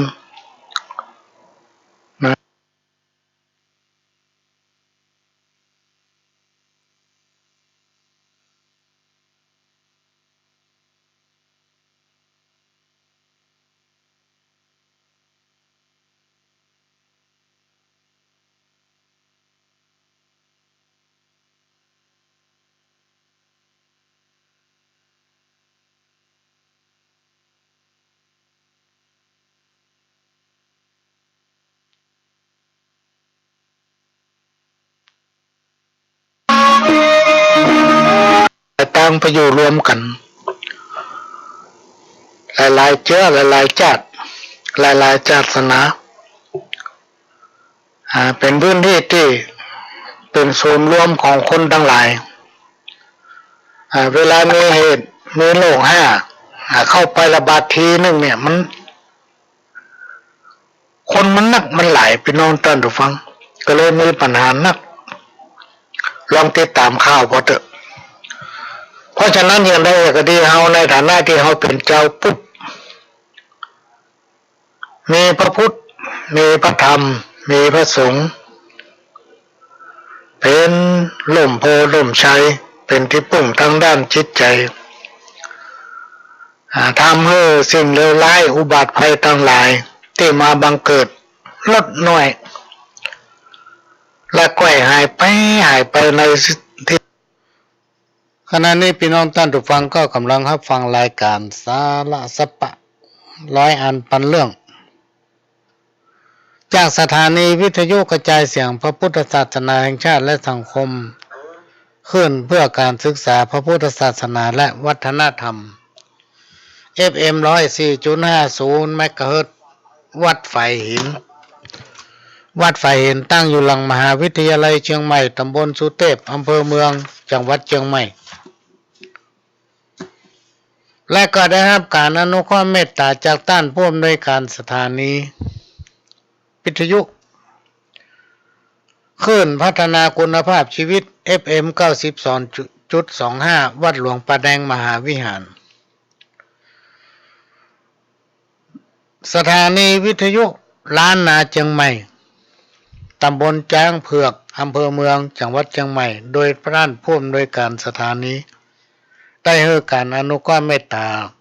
นำเอาเสียงรายการนี้เผยแพร่สู่พี่น้องท่านผู้ฟังแถมสถานีหนึ่งและก็สถานีวิทยุ FM 98.75 ขึ้นธรรมะของชุมชนวัดห้วยตองซักตำบลขวางเปาอำเภอจอมทองจังหวัดเชียงใหม่สถานีวิทยุมนต์เสียงธรรม 106.25 วัดบุพารามอำเภอแม่แจ่มจังหวัดเชียงใหม่ก็ได้รับการอนุเคราะห์เมตตาจากท่านผู้อำนวยการถึง 4-5 สถานีคือการอนุเคราะห์เมตตานำเอาเสียงรายการนี้เผยแผ่สู่พี่น้องท่านผู้ฟังเป็นรายการที่นำเอาสาระสัพพะร้อยอันปันเรื่องมาเล่าสู่กันฟังเป็นการมาเปลี่ยนบรรยากาศหลังจากพี่น้องท่านผู้ฟังได้ฟังสาระสัพพะจากทางสถานีนะดำเนินรายการโดยก้าวกับผมผู้หลวงสว่างธาตุอินจันทร์ประธานเครือข่ายกองทุนแม่ของแผ่นดินจังหวัดเชียงใหม่และ8จังหวัดภาคเหนือประธานคณะที่ปรึกษาผู้ตรวจราชการภาคประชาชนด้านต่างๆจังหวัดเชียงใหม่รองประธานศูนย์ประสานงานกองทุนแม่ของแผ่นดินแห่งชาติก็มาพบปะพี่น้องท่านผู้ฟังเป็นประจำทุกวันเสาร์ตั้งแต่เวลา 4 โมงถึง 6 โมงแมลงและก็วันอาทิตย์บ่ายโมงถึงบ่าย 3 โมงก็ต้องขอกราบขอบพระคุณพี่น้องท่านคนฟังทุกคนทุกท่านที่ได้ติดตามรับฟังรายการนี้วันนี้ก็หลายอันหลายเรื่องพี่น้องท่านผู้ฟังตะกี้นี่เรื่องบ้านต้นแบบ หมู่บ้านกองทุนแม่ของแผ่นดินต้นแบบที่ต่างจังหวัดคัดเลือกก็คงจะมีการประกาศปลายเดือนเนี้ยและตอนนี้ก็มีโครงการปลูกฟ้าทลายโจรโดยให้อำเภอละ1หมู่บ้านกองทุนแม่ของแผ่นดินเป็นโครงการแรกและก็เป็นโครงการที่มีโครงการสนับสนุนต่อเนื่องห้องว่าปลูกวันแม่ตัดวันพ่อท่านหมู่บ้านใดที่มีความสนใจจะผลิตเป็นเม็ดก็พร้อมที่จะไปอำนวยความสะดวกและสนับสนุนมันเป็นยาหรือเป็นสมุนไพรที่รักษาโรคได้หลายอย่างหลายอันนี้ก็บอกกล้ามาพ่อประหลวงมีรายละเอียดเรื่องนี้พี่น้องท่านผู้ฟังแต่ฟ้าทลายโจรเนี่ยมันดังก็มีโครงการลงอำเภอละ1หมู่บ้านกองทุนแม่ของแผ่นดินแล้วก็เปิ้นมีการรณรงค์ให้ปลูกฟ้าทลายโจรคนละ1ต้นหรือบ้านละ1ต้นทั่วประเทศพี่น้องท่านผู้ฟังช่วงนี้ก็จะมาถึงการแผ่เมตตาต่อจากเมื่อเสาร์ที่แล้วมีหลายท่านที่บ่เข้าใจแล้วฟังได้ไปแจ้งว่าการตั้งใจพี่น้องท่านผู้ฟังเปิดใจให้กว้างขวางแบบไร้พรมแดนในการตั้งใจแผ่เมตตาเนี่ยจะต้องทำใจให้กว้างแบบไร้พรมแดนมีความนึกคิดและความปรารถนาดีต่อสรรพสิ่งทั้งหลายรวมไปถึงอุทิศสิ่งที่เรานำปฏิบัตินั้นถึงเทวบุตรเทวดาอาหักที่รักษายังบ้านเรือนไร่นาวัดวาอารามท่อนี้เจ้าที่พูดผีปีศาจจิตวิญญาณของบรรพบุรุษปู่ย่าตายายทั้งหลายและก็สรรพสิ่งโดยบ่มีขอบเขตบ่ว่าเขาผู้นั้นจะเป็นคนมนุษย์ที่ยังมีชีวิตอยู่หรือว่าตายไปแล้วเขาจะมีความเคารพนับถือเลื่อมใสในศาสนาใดก็ตามที่มาเกี่ยวข้องกับเฮาพี่น้องท่านผู้ฟังการตั้งจิตอธิษฐานแผ่เมตตาเนี่ยให้เขา ทั้งหลายเหล่านั้นมีความสุขอย่าได้มีความทุกข์นะเพื่อเขาทั้งหลายเหล่านั้นพ้นจากทุกข์เนาะการที่เราเกิดมาในชาตินี้ภพนี้พี่น้องท่านผู้ฟังและก็สรรพสิ่งทั้งหลายที่เกิดมาพร้อมเฮาเป็ดหมูหมากาไก่รวมไปถึงมดง่ามมดแดงรวมไปถึงสรรพสิ่งสรรพสัตว์ทั้งหลายที่มีจิตวิญญาณที่มีชีวิตรวมไปถึงยุงลาย ยุงลายที่หอสมอเขาไปไล่ยับนะการดำเนินชีวิตของคนเฮาถึงวันเนี้ยพี่น้องท่านผู้ฟังทุกคนต่างก็ปรารถนาความสุขความเจริญทุกคนมีความปรารถนาให้พ้นจากอุปตวะกังวลอนตรายภัยทั้งหลายโรคร้ายอย่างไวรัสโควิดเนี่ยทุกคนแบบปรารถนาพี่น้องท่านผู้ฟังบอกมีภัยปรารถนาการเจ็บไข้ได้ป่วยภัยมาต้องการพี่น้องท่านผู้ฟังสิ่งที่กล่าวมานี่มันทำให้คนเฮาเป็นทุกข์ถ้าเราจะโอ้ถึงคำว่าความทุกข์ยากเดือดร้อนเนี่ยไผถึงมาต้องการพี่น้องท่านผู้ฟัง ไผถึงมาต้องการด้วยเหตุนี้การแผ่เมตตาจึงควรแผ่ให้แก่ตนเองและผู้อื่นเมื่อบุญผลบุญที่เราได้ทำเนี่ยมันไปถึงผู้อื่นแล้วมันจะย้อนปิ๊กมาถึงเราเหมือนกับเขาเขียนจดหมายใครสักคนคำเดียวคนนั้นก็ต้องเขียนมาตอบเขาอย่างนี้เป็นต้นจะนักจะน้อยแล้วแต่ใจที่เขาตั้งไว้นะสรรพสิ่งทั้งหลายเนี่ยพี่น้องท่านผู้ฟังถ้าเขาไม่ได้ทำบุญร่วมกันมาตั้งแต่อดีตชาติปางก่อนชาตินี้ก็ย่อมไม่ได้มาปะมาพบกันเมื่อก็คนเฮาเนี่ยอยู่ที่ไหนที่เบามาปะกันมาอยู่ด้วยกันมาคบค้าสมาคมกับกันคิดเอากันเป็นพี่เป็นน้อง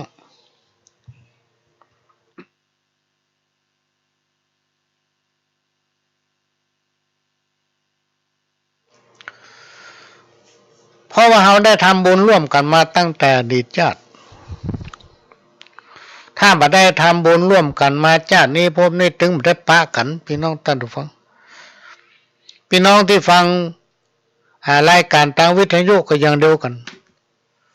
เมื่อในอดีตชาติเราต้องได้เป็นพี่เป็นน้องได้รู้จักมักคุ้นได้เคารพนับถือซึ่งกันและกันก็ได้ฟังน้ำเรียนเสียงปากกันในชาตินี้พบนี้อันนี้เป็นนาบุญพี่น้องท่านผู้ฟังนาบุญที่ได้มาปะมาพบ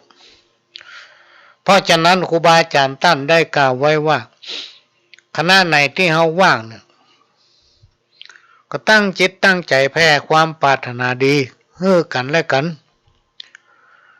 ให้มีความสุขเสมอกันเมื่อมีความสุขก็จะได้เบียดเบียนคมเหงน้ำใจซึ่งกันและกันครูบาอาจารย์ท่านผู้รู้ได้กล่าวไว้ว่าบ่ควรใส่ร้ายป้ายสีซึ่งกันและกันบ่ควรอิจฉาริษยาซึ่งกันและกันทำไปตามหน้าที่ของภัยของมันใช้ชีวิตของตนแบบสงบเสงี่ยมเรียบง่ายอ่อนน้อมถ่อมตนบ่เย่อหยิ่งบ่จองหองบ่ดูหมิ่นดูแคลนคนอื่นเพราะคนเฮาทุกคนพี่น้องท่านผู้ฟังมีอายุบ่ถึง100อย่างมากก็บ่เกิน110 120อ่ะ อันที่เป็นว่า120เน้อ120เน้อน่ะมันไปถึงสักคนอ่ะพี่น้องท่านผู้ฟังถ้ามันถึงขนาดนั้นก็ไปไหนบ่ค่อยได้ละสร้างความตุกอกตุกใจให้เราอ่อนบ่ได้นะ คนเฮาเนี่ยเหมือนจิกุงอยู่ในห้อยเหมือนจิกุงอยู่ในคลองเหมือนป่าอยู่ในแซะอยู่ในไสอยู่ก้นหม้อ ทุกคนพี่น้องท่านผู้ฟังจะต้องตายแตกต่างกันก็คือภายตายก่อนตายโวยนั่นภายตายจ้าตายก่อนท่านในที่สุดกลายเป็นขี้เต้าหมดเพราะฉะนั้นในขณะที่เราเป็นคนอยู่เนี่ยพี่น้องท่านผู้ฟังองค์พระสัมมาสัมพุทธเจ้าท่านได้บัญญัติธรรมะขั้นพื้นฐานก็คือศีล5 ข้อเป็นธรรมะขั้นพื้นฐานเพื่อให้คนชาวบ้านเฮาเนี่ยนำปฏิบัติศึกษานำมาคิดนำมาใจควบคู่กับการประกอบสัมมาอาชีพในชีวิตประจำวันนะไม่ใช่ว่าท่านต้องเอาท่านต้องทำท่านต้องนำเนี่ยบางทีเปิ้นประกาศว่าโอ้ขอทุกหมู่บ้านเป็นหมู่บ้านศีล5เนอะโอ้บางคนเบา ลองฟังเพลงกันเพลงไอ้แซมเพลงไอ้อย่างนั้นศีล5 ข้อของวงการันตีไม่ใช่ว่าเอาธรรมะไปเป็นเพลงพี่น้องท่านผู้ฟังมันมีคติสอนใจว่าเป็นผู้ปฏิบัติดีปฏิบัติชอบนั้นผลมันเป็นจะได้อันนั้นเป็นกระจกสะท้อนถึงคุณธรรมผู้ใดนำปฏิบัติคู่กับชีวิตประจำวันจักพบปะแต่ความสุขมีความเจริญก้าวหน้ายิ่งขึ้นซึ่งต่างคณะผู้บริหารบอกว่าภายในภายนอกมีแนวนโยบายร่วมกันนำเอาคุณธรรมจริยธรรมหรืออู้ง่ายๆร่วมกันนำเอาศีลธรรมเข้าสู่หมู่บ้านชุมชนประจำจิตใจของตัวเขาเพราะศีลธรรมขององค์พระสัมมาสัมพุทธเจ้านั้นเป็นความจริงพี่น้องท่านผู้ฟังความจริงเป็นสิ่งบัดตายการทำมาหากินการประกอบสัมมาอาชีพของคนเฮาบอกว่าจะเป็นนักธุรกิจระดับไหนพี่น้องท่านผู้ฟังมันจะต้องมีความจริงอยู่กับใจคือความจริงใจเพราะความจริงนั้นเป็นสิ่งบัดตายถ้าใครทำความดีมีความสัตย์ต่ออาชีพมีความซื่อสัตย์ต่อตนเองก็จะทำเมื่อกิจกรรมที่ท่านกำลังทำอยู่นั้นมีความเจริญรุ่งเรืองก้าวหน้าแต่ถ้าท่านทำด้วยความบ่ซื่อตรงคิดกดต่อตัวเองและคนอื่นบาปกรรมอันเนี้ยพี่น้องท่านผู้ฟังมันอย่ามาโตยมาตันนะคือทำอย่างใดได้อย่างนั้นทำเพื่อเกิดความบัดเจริญในหน้าที่การงานบอกว่าจะเป็นงานของตัวเก่าและงานของคนอื่นในที่สุดไผ่ก็บอกครบละเพราะเขาบ่ซื่อความบ่ซื่อเนี่ยพี่น้องท่านผู้ฟังคำโบราณที่เพิ่นว่าเว้นหมาฮื้อปอศอกเว้นอีวอกฮื้อปอวาเว้นคนป่าลาฮื้อไก่แสนยศโนเว้นคนบ่ดีคนบ่ซื่อคนวอกคนบ่มีสัจจะวาจาอู้ในมีหั่นคนอู้แปลงดีใส่ตัวเก่านะอันเนี้ยเป็นฮื้อเว้นถ้าผู้ใดมีความซื่อสัตย์ต่อตนเองและคนอื่นทำอันอย่างก็สบายมีความเจริญรุ่งเรืองพี่น้องท่านทุกท่านอู้ไหนต้องมีฮั่นไผ่ที่มันเคยมาจุเฮานะมันจะจุได้เตื้อเดียวนะขณะเฮาถึงมันเชื่อขี้หน้ามันแล้วอย่างนี้เป็นต้นอันนี้เอามาเล่าให้ฟังนะพี่น้องท่านฟังไปใจว่าคนที่อู้เนี่ยมันต้องดีขนาดไหนบ้าไปใจ ทุกคนจะมีดีมีร้ายเราต้องมาจ้างมาวัดดูพี่น้องท่านผู้ฟังจะไปเหมารวมว่ามันบ่ดีหมดป่าตัวเดียวเน่าถึงซ่านะก็บ่ใช่มันจะดีหมดมันเป็นไปบ่ได้พี่น้องท่านผู้ฟังเหมือนกับเพื่อนคนนึงบอกว่าพ่อหลวงถ้าดีหมดนะบ่ได้นะโหมันยากเนาะ ฟ้าจะพาหมด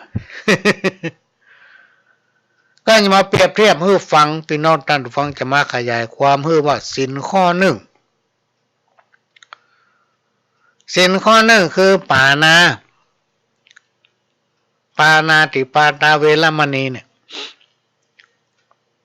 มีความหมายว่าให้เว้นจากการฆ่าสัตว์ตัดชีวิตและการเบียดเบียนคนอื่นไม่ใช่มุ่งก็ว่าเมื่อฆ่าปานาอย่างเดียวนะพี่น้องท่านผู้ฟังเปิ้นให้เว้นจากการฆ่าสัตว์ตัดชีวิตและการเบียดเบียนคนอื่นผลของการฆ่าสัตว์ตัดชีวิตเบียดเบียนคนอื่นให้เขาได้รับความทุกข์ยากเดือดร้อนนั้นมันบ่ดีนะมันบ่ดีเปิ้นสอนบ่ให้ใช้ความรุนแรงต่อคนเหมือนกันต่อคนเหมือนกันกับเฮาเนี่ยเพราะว่าเฮาก็มีจิตใจเขาก็มีจิตใจถ้าเฮาทำบ่ดีต่อเปิ้นก็บ่สบายใจเฮาในที่สุดก็จะบ่สบายใจเพราะสิ่งที่เฮาทำเป็นน้องท่านผู้ฟังในที่สุดมันต้องปิกมาเฮานั่นแหละเหมือนกรรมมาเก่าที่เปิ้นว่าถ้าเฮาไปโกงเปิ้นกำเดียวเปิ้นก็มาโกงเฮาถ้าเฮาไปจุเปิ้นกำเดียวเปิ้นก็มาจุเฮาพี่น้องท่านผู้ฟัง เฮาไปวอกใส่เปิ้นกำเดียวก็มีคนมาวอกใส่เฮาคือไผทำอย่างใดได้อย่างอั้นพี่น้องท่านผู้ฟังไผแต้นไผบ่ได้เฮาเป็นคนทำก็เฮาได้นะบาปบุญคุณโทษมันมีจุคนอื่นได้จุตัวเก่าบ่ได้บาปบุญคุณโทษนี่เหมือนเงาติดตามตัวเฮาพี่น้องท่านผู้ฟังอันนี้เป็นสิ่งที่ครูบาอาจารย์เปิ้นอู้ไว้สมัยก่อนนี่เปิ้นหลวงบ่ใครเชื่อนะเถียงเปิ้นมันมีแต่พี่น้องท่านผู้ฟังสิ่งต่างหลายเหล่านี้คำว่าปานาเนี่ยรวมไปถึงการทำลายสิ่งแวดล้อมหรือธรรมชาติเพราะว่าผลของกรรมนั้นเกิดจากการกระทำนะไผ่ทำอย่างใดจะได้อย่างนั้นบ่มีไผ่แทนไผ่ได้เพราะกรรมเกิดจากการกระทำของตัวเองกรรมเนี่ยเกิดจากการกระทำของตัวเองพี่น้องท่านผู้ฟังแม้ว่าเราจะสร้างสมบุญบารมีมาขนาดไหนถ้าเผลอถ้าพลาดไปแป๊บเดียวทำสิ่งที่บ่ดีเนี่ยผลของกรรมจักบังเกิดขึ้นกับตัวเราเองอันนี้ก็ฝากไว้พี่น้องท่านผู้ฟังเอาไปพิจารณาประกอบใจกับการประกอบสมาชีพในชีวิตประจำวันศีลข้อที่สองอทินนาเว้นจากการลักทรัพย์หมายถึงบ่ปรารถนาสิ่งของทรัพย์สินที่ได้มาโดยบ่ชอบสิ่งของหรือทรัพย์สินของคนอื่นของหลวงของเปิ้นบ้านของเปิ้นของฝูงอย่างนี้เป็นต้นมามีการวางแผนใช้อำนาจช่อโกงเบียดเบียนผู้อื่นคนที่บ่มีความซื่อสัตย์เนี่ยพี่น้องท่านผู้ฟังใช้อำนาจหน้าที่โดยบ่ชอบช่อโกงเบียดเบียนบ่ว่าจะเป็นของหลวงของเจ้าบ้านของเปิ้นของฝูงของคนอื่นที่เป็นเจ้าของตัวเก่าจะไม่คิดว่าไผบ่ฮู้และบาปกรรมมันมีพี่น้องท่านผู้ฟังสมมติว่าเรื่องนี้เปิ้นบ่เอาเปิ้นเว้นไปเหียกรรมมันมีหั่นน่ะมันคอยอยู่หั่นน่ะ ในที่สุดนั่นก็ต้องได้รับข้อกรรมอันนั้นจากทางใดทางหนึ่งครูบาอาจารย์ท่านได้กล่าวไว้ว่าอย่าได้คิดเด็ดขาดคิดเอาของเปิ้นมาเป็นของตัวเนี่ยมันบ่ดีมันบ่ดีนะบัดทันตายนอนขึ้นเลยลูก บางคนชอบเอาของเปิ้นมาเป็นของตัวเป็นอาจินเป็นนิสัยเลยถ้าได้กินแล้วพอใจละถ้าไผ่หู้ไผ่ว่านี่โคตรเถอะเปิ้นสิ่งที่สังคมรังเกียจคือการละเมิดในทรัพย์สินของคนอื่นนะในทรัพย์สินของคนอื่นที่เป็นเจ้าของตนรวมไปถึงการทุจริตคอร์รัปชันทุกรูปแบบพี่น้องท่านผู้ฟังศีลข้อ2เนี่ยเปิ้นช่วยกันร่วมกันสร้างความสมัครสมานสามัคคีขึ้นในสังคมจะเนี่ยอันยังก็ตามเพื่อมีความโปร่งใสคำว่าโปร่งใสนั่นก็คือการอู้การจาการบอกการกล่าวเป็นกิจจลักษณะว่าเดนเฮาทำอย่างนั้นเนอทำอย่างนี้เนยเพิ่นเฮาว่าสังคมโปร่งใสสังคมแห่งความยุติธรรมก็คือบ่เอียงซ้ายบ่เอียงขวาบ่โทษว่าคนนั้นเป็นหมู่คนนี้บ่เป็นว่าหมู่คนนั้นเป็นหมู่คนนั้นเพราะเอาเป็นคนเหมือนกันพี่น้องท่านผู้ฟังจะไปแยกหมู่จะไปตั้งก๊กตั้งเราขึ้นมาเองจะไปสันนิษฐานด้วยตนเองว่าไอ้นั่นมันเป็นอย่างนั้นไอ้นี่มันเป็นอย่างนี้คือพอพฤติกรรมของตนเองของตัวเก่าว่าเขาเป็นคนจะได้เขาเป็นคนดีก็ประเด็นนี้เขาเบียดเบียนอย่างไผ่ว่องวันนี้อะไรเนี่ยอย่างไปพ่องเมื่อตัวเก่าดีแล้วพร้อมแล้วถึงจะไปว่าคือคนอื่นอันนี้คือศีลข้อที่2อาทินนานะการลักขโมยเอาของเปิ้นมาเป็นของตัวเก่าอันนี้เปิ้นสมบัติตึงบดีเสียงอย่างได้มาโดยบริสุทธิ์บางผู้บางท่านตะก้อนมีอยู่คนหนึ่งพี่น้องท่านผู้ฟังที่เคารพนับถือกันเนี่ยโอ้ค้าขายมันมีล่มแค่ได้ล่มพอดีกว่ามีคนหนึ่งเอาล่มมาขายให้ล่มใหญ่นะจ้องหลวง ว่าโอ้ข้าเจ้าจะปิกบ้านแล้วขอมาขายให้เจ้าจะขายถูกนะเปิ้นขายก็เป็นปันไปเจ้าจะขอสตางค์สัก200นะอีเนาะใครปิกบ้านละเอาจ้องหลวงมาขายให้โอ้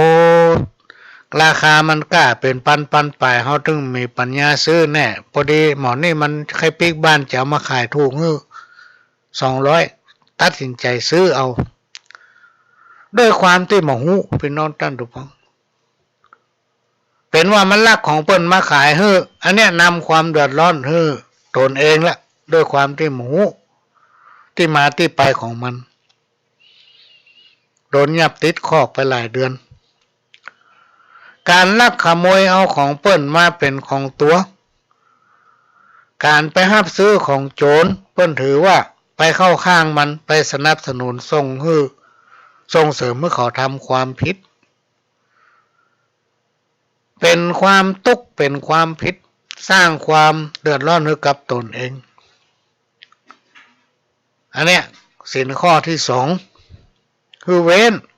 นเด็ดขาดพี่น้องท่านผู้ฟังอย่าไปเนี่ยเว้นจากการลักทรัพย์หมายถึงบ่ปรารถนาสิ่งของทรัพย์สินที่มาโดยบ่ชอบอันใดที่มันบ่แจ้งเฮาคือมันบ่แจ้งเฮาของเปิ้นจะไปเอาลักของเปิ้นไปขึ้นไปขายเพื่อเอามาแก้ปัญหาเฉพาะหน้าของตัวเก่าอันเนี้ยบดีเด็ดขาดพี่น้องท่านผู้ฟังแม้นว่าโทษในเมืองมนุษย์มันมีแต่ในเมืองผีมันมีฝังอยู่ในจิตใจเฮาน่ะรับรองว่าบ่เกิดความสุขตลอดกาลตลอดจนวันตายบ่มีสิ่งดีๆเข้ามาช่วยมาเสริมจะปะกับบาปกับกรรมตลอดนี่คือศีลข้อที่2ต่อไปเป็นศีลข้อที่3กาเมเพื่อเว้นจากการประพฤติผิดจากของธรรมนะจากของธรรมสิ่งที่มันบ่ดี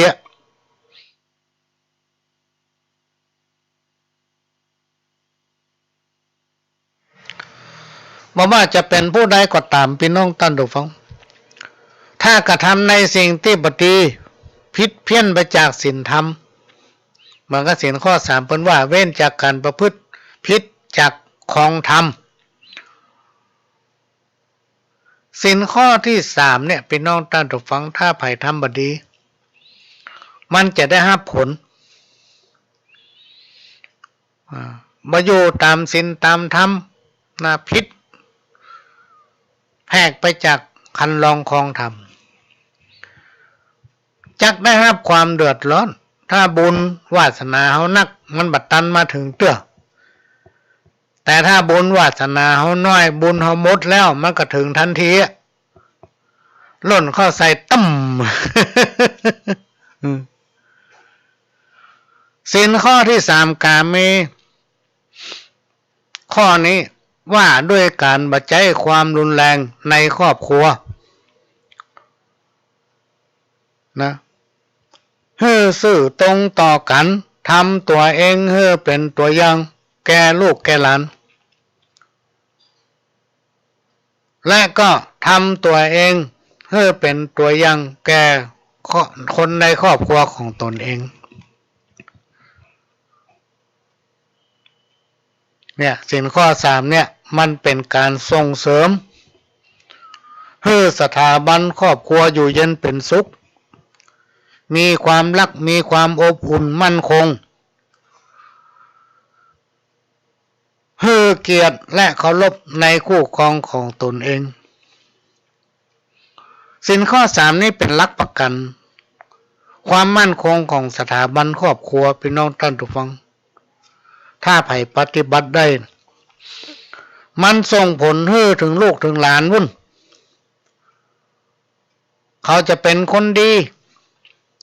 มีสติปัญญานะมีบุญวาสนาครอบครัวเขาก็จะได้อยู่เย็นเป็นสุขได้ในอนาคตแต่ถ้าเราปฏิบัติบ่ดีความบ่ดีที่เราได้รับหรือว่าบ่ได้รับมันจะแพร่ผลไปถึงลูกถึงหลานพี่น้องท่านผู้ฟังอันนี้ครูบาอาจารย์เปิ้นว่านักแน่นยืนยันแน่นหนาว่าผลมันจะเกิดแน่นอนเนี่ยก็เอามาเล่าให้ฟังศีลข้อที่4มุสาเปิ้นบอกว่าให้เว้นจากการโกหกหลอกลวงนำเอาสิ่งที่บ่มีมาอู้มาจุเปิ้นปั้นน้ำเป็นตัวเยาะแย่ให้เปิ้นผิดเถียงกันนะนำสิ่งที่บ่มีเอามาอู้ตอแหลปิ้นป้นใส่ความคนนั้นคนนี้เปิ้นกล่าวว่ามันบ่ดีนะพี่น้องท่านผู้ฟังเกิดสิ่งที่เฮาไปใส่ความเขานั้นน่ะมันมีเลยกลายเป็นเฮาเป็นเด็กเลี้ยงแกะอู้ไปเลยอู้บัดแต่ในที่สุดไปอู้ไผๆก็บ่เชื่อล่ะยิ่งในยุคปัจจุบันเนี่ยพี่น้องท่านผู้ฟังทุกคนจะเรียนรู้พฤติกรรมของแต่ละคนเนี่ยได้โดยตนเองยุคปัจจุบันนี่มันเป็นยุคพัฒนาแล้วมันไล่กันตันหมดพี่น้องท่านผู้ฟังมันไล่กันตันหมดหูหมด ขออนุญาตแป๊บนึง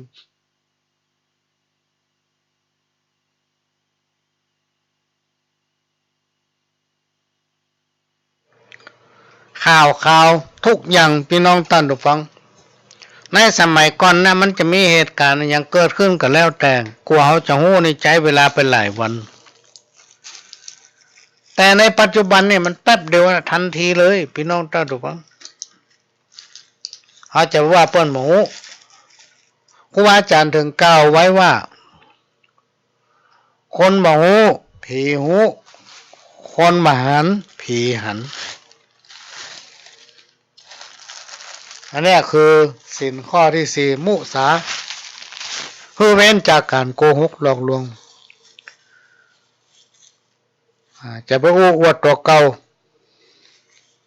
จะไปเบ่งบารมีจะไปว่าตัวเก่าดีคือยกตัวเก่าแล้วไปข่มต้านคนอื่นสิ่งบ่มีจะไปอู้สิ่งที่บ่ฮู้ก็คือบ่ฮู้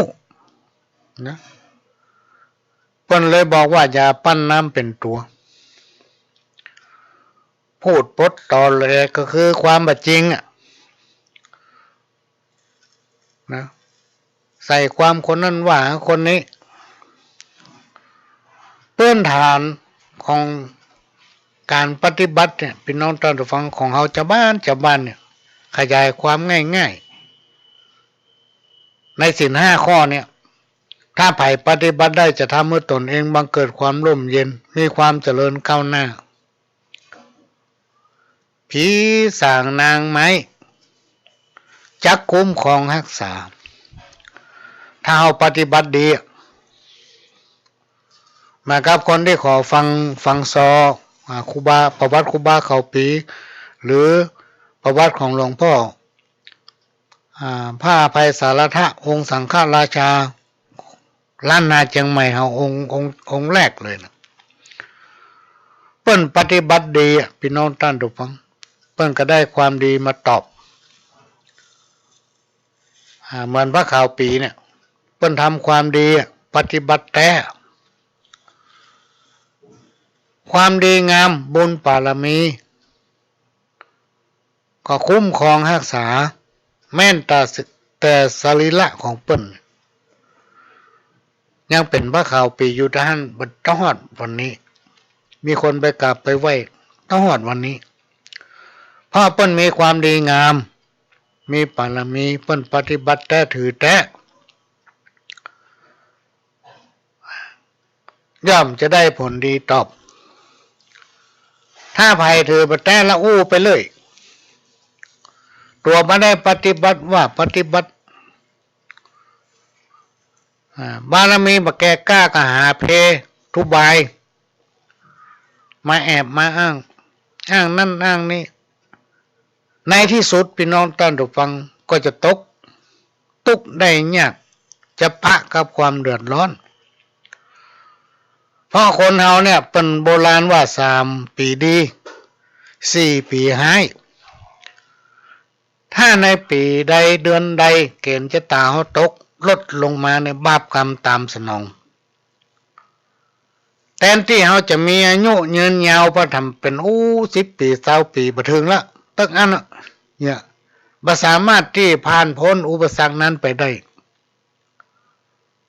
อันเนี้ยนำมาเล่ามาฟังสมัยที่เป็นเนนพี่น้องท่านผู้ฟังพระหลวงเป็นเนนได้ข่าวไผ่ที่เปิ้นเป็นครูบาสังฆะเปิ้นเป็นโตนบุญเนี่ยพระหลวงจะไปนะไปขออยู่กับเปิ้นบ่ได้อยู่เหมือนกับอยู่สักเดือน2 เดือนหรืออาทิตย์2 อาทิตย์เพื่อไปฮู้จักกับเปิ้นไปพ้อการปฏิบัติเปิ้นองค์แรกที่พระหลวงไปนี่ที่จำได้ก็คือวัดพระบาทตักผ้านี่มหาหลวงพ่อมหาทรัพย์นรินทร์โทเนี่ยพระหลวงไปอยู่ตัวได้3 เดือน 4 เดือนไปหาประสบการณ์ชีวิตไปเฝ้าดูการปฏิบัติกิจวัตรประจำวันของเปิ้นจนเอานิสัยว่าเปิ้นเป็นองค์จะได้จิตใจเปิ้นเป็นจะได้นะตอนนั้นก็มีการเดินธุดงค์เพื่อศึกษาธรรมเป็นห้องว่าเดินธุดงค์เพื่อการศึกษาพร้อมกับพระเนนนักถ้าจำมาผิดน่าจะเป็นปี2513-14ต่อมาพี่น้องท่านผู้ฟังในช่วงนั้นองค์ที่ดังรอง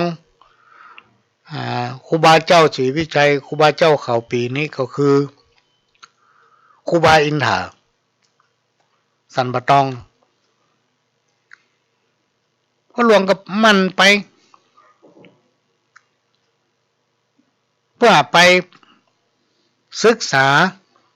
ว่าเปิ้นเป็นตนจะได้องค์จะได้เปิ้นเนี่ยจะได้ปฏิบัติกิจวัตรประจำวันอย่างไรเขาถึงหู้ไง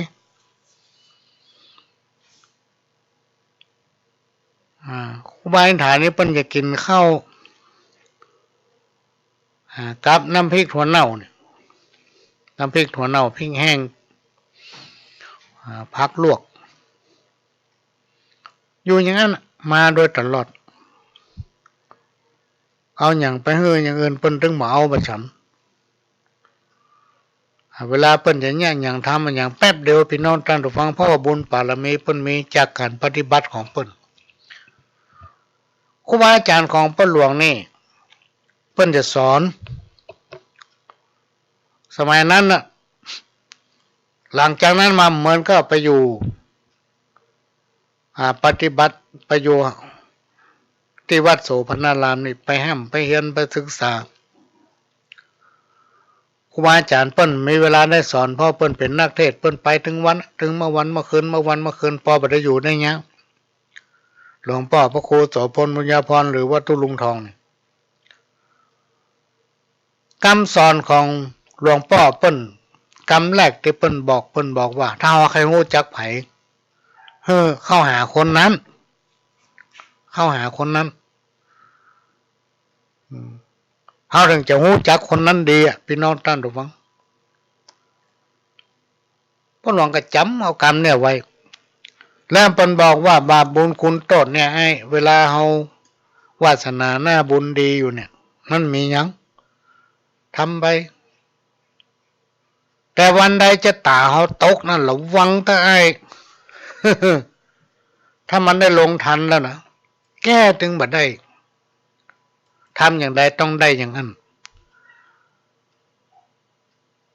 ถ้าเว้นได้พี่น้องท่านผู้ฟังเขาสามารถปฏิบัติได้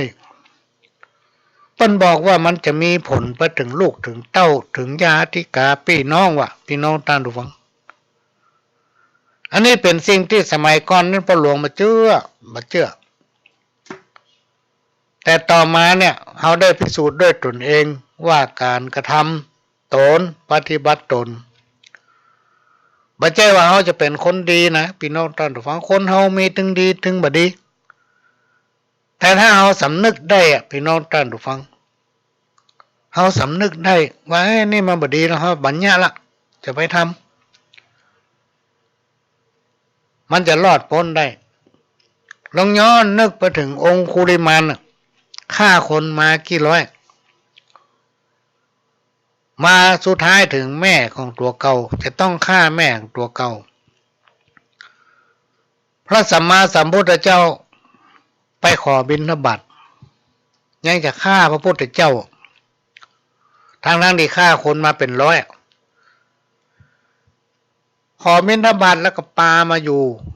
พระอารามในวิหารเชรวันเทศธรรมให้ฟังพี่น้องท่านผู้ฟังสำนึกได้เป็นพระอรหันต์นะนอกจากนั้นยังมีพราหมณ์คนหนึ่งก่อนที่จะมีพุทธกาลเนี่ยพี่น้องท่านผู้ฟังมันเป็นศาสนาพราหมณ์โลกชาวพุทธของนี่นะนับถือพราหมณ์มาก่อนเนี่ยถึงวันเนี่ยไผมาเถียงว่าการเนี่ยอันนั้นทำมันนี่เป็นพิธีสืบชะตาก็ดีส่งเคราะห์ก็ดีห้องควันอันอย่างพวกนี้ก็ดีมันเป็นเรื่องของพราหมณ์ไม่ใช่เรื่องของทุกเจ้าเนาะองค์พระสัมมาสัมพุทธเจ้าในสมัยนั้นตามตำนานเพิ่นอนุโลมนะพี่น้องท่านผู้ฟังอนุโลม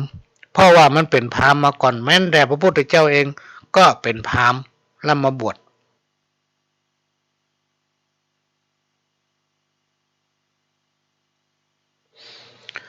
ศรัทธาเจ้าพุทธเขาเนี่ยพี่น้องท่านผู้ฟังเวลาเขาเกิดหรือว่าวันเกิดของเขาเนี่ยไปทำบุญวันเกิด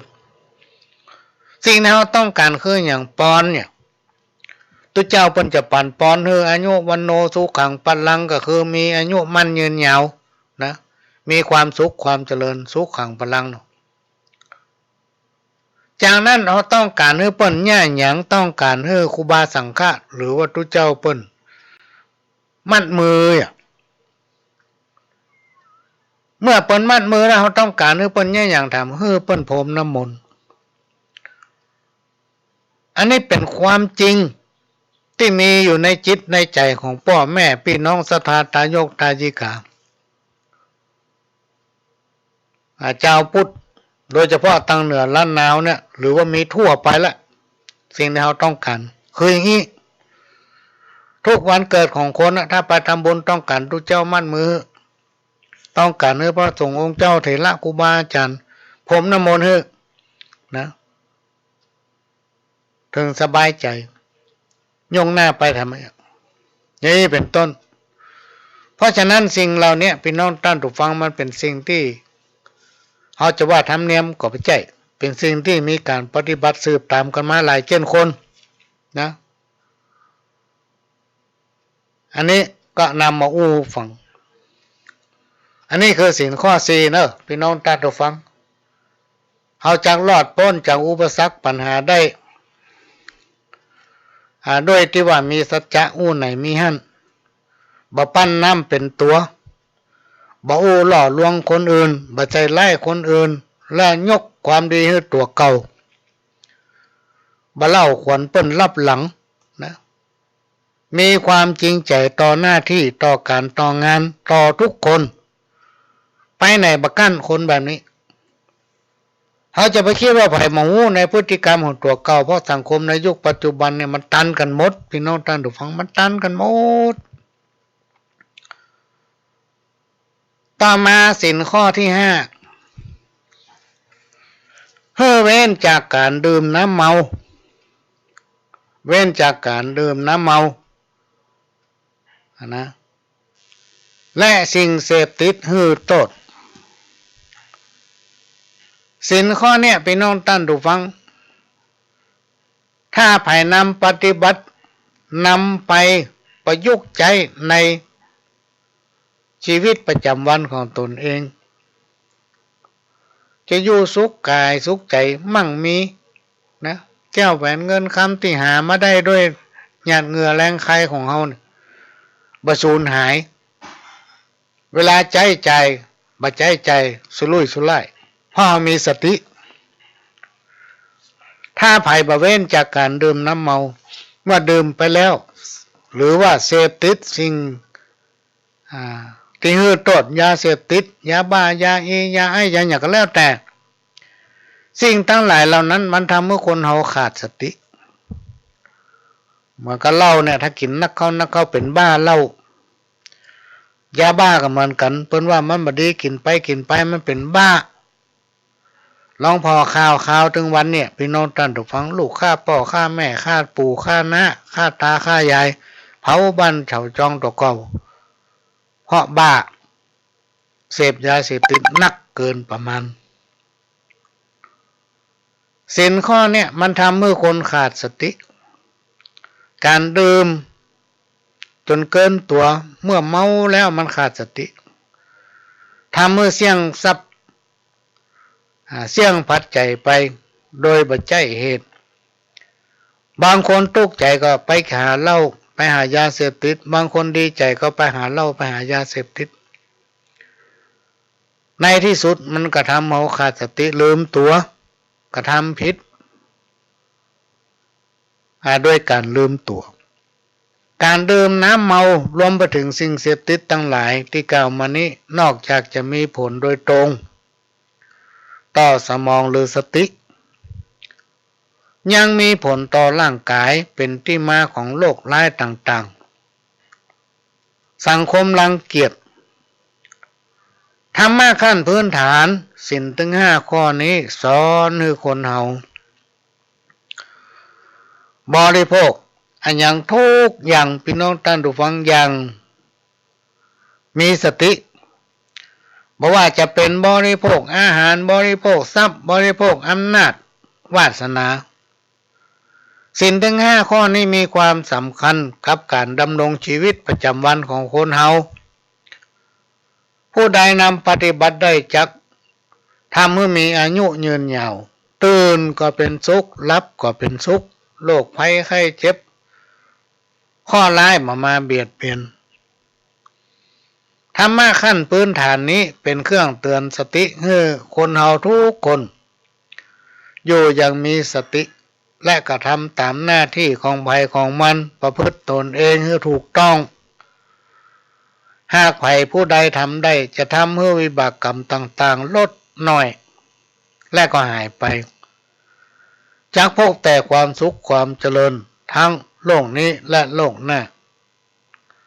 อันเนี้ยนำมาฝากนำมาอู้มาเล่าสู่กันฟังเนอะพี่น้องท่านผู้ฟังบัดแจ้มาสอนเอามาอู้ให้ฟัง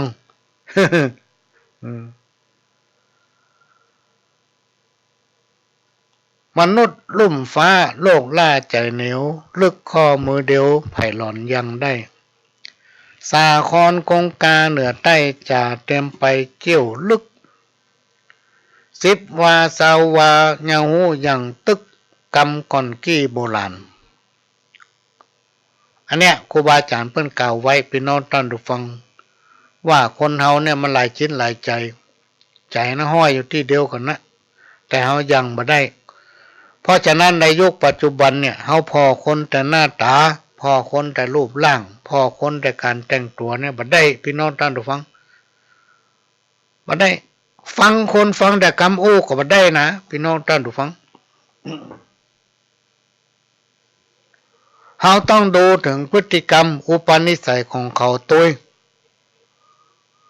บางทีมันอู้ยังการปฏิบัติทำยังนะบางคนอู้ดีพี่น้องท่านผู้ฟังมีอยู่รายหนึ่งมาหาสมัยเมินแล้วนะมาให้แต่เนี่ยจะได้นี่มาเดียวเนี่ยซอย2 บาทมันมาจุเอาไปขายวะ ว่าจะได้นั่นอันนี้จะเอานั่นนี่วันนั้นวันนี้หายแสบไปโลกโอ้อันนี้หมหัวเนยอันนี้พี่น้องท่านผู้ฟังมันเป็นกรรมจากการฟังเป็นกรรมจากการที่เราปฏิบัติเราไปหลงเชื่อมันโลกเราไปมันเองกรรมเกิดจากการกระทำของตนเองบัดถ้าไปหาไผบัดถ้าไปหาหมอดูก็เดี๋ยวเขามาจุหัวมีหลายคนนะพี่น้องท่านผู้ฟังบางทีมาถามเฮาปหลวงมีที่ไหนเพราะที่มันแม่นๆนี่ โอ้เฮาประจ้างตอบจะได้ก็ว่าจะไปแกล้งตีนหาน้ำนี่เนาะแกล้งตีนหาน้ำบ่ดีปืดขอนหาตะเข็บบ่ดีเนี่ยบ่เจ้บ่เชื่อนะพี่น้องท่านผู้ฟังบางอย่างก็เชื่อบางอย่างก็มันเชื่อแต่ก็บ่ได้ เพราะฉะนั้นการพ่อคนมองคนการคบคนก็ต้องมองกันให้ลึกซึ้งพี่น้องท่านผู้ฟังหูถึงใจยังถึงใจคนจะไปเชื่อคนง่ายจะเชื่ออย่างก็ควรเชื่อต้องพิจารณานะเพราะในยุคปัจจุบันเนี่ยพี่น้องท่านผู้ฟังครูบาอาจารย์เปิ้นกล่าวว่าบัดนี้นั่งคอยท่าเวลาบัดนี้นั่งท่าเพื่อเปิ้นมาช่วยหาความเจริญบ่ได้เพื่อทำไปตามความคิดของตัวเก่าแต่ว่ามันดีแล้วเนาะคุยทำอย่างเงี้ยมันเบียดเบียนไผไผก็บ่เดือดร้อนเฮาก็บ่เดือดร้อนทำไปตามแหงตามความคิดของไผของมันเปิ้นถึงมีกรรมเก่าว่าห้อมหนูไตห้อมในเตียวเพราะว่าคนเฮาทุกคนนั่นน่ะพี่น้องท่านผู้ฟังหนึ่งเป็นคนดีเหมือนกันที่หมดเป็นคนดีหมดทุกคนน่ะแต่ว่าความชำนาญความรู้มันบ่เหมือนกันพี่น้องท่านผู้ฟังมันจะแตกต่างกันไป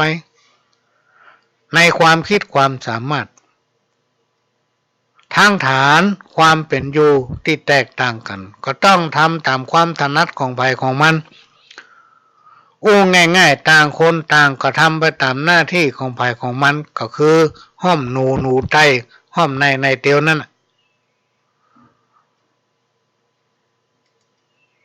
อันมนุษย์สาจีวาอยู่ไส้ล้วนบอดบ้าใบอยู่ในสงสารบ่ฮ้อนจังหู้อยู่5 สถานตัวจักรวาลไผ่ขานบอกได้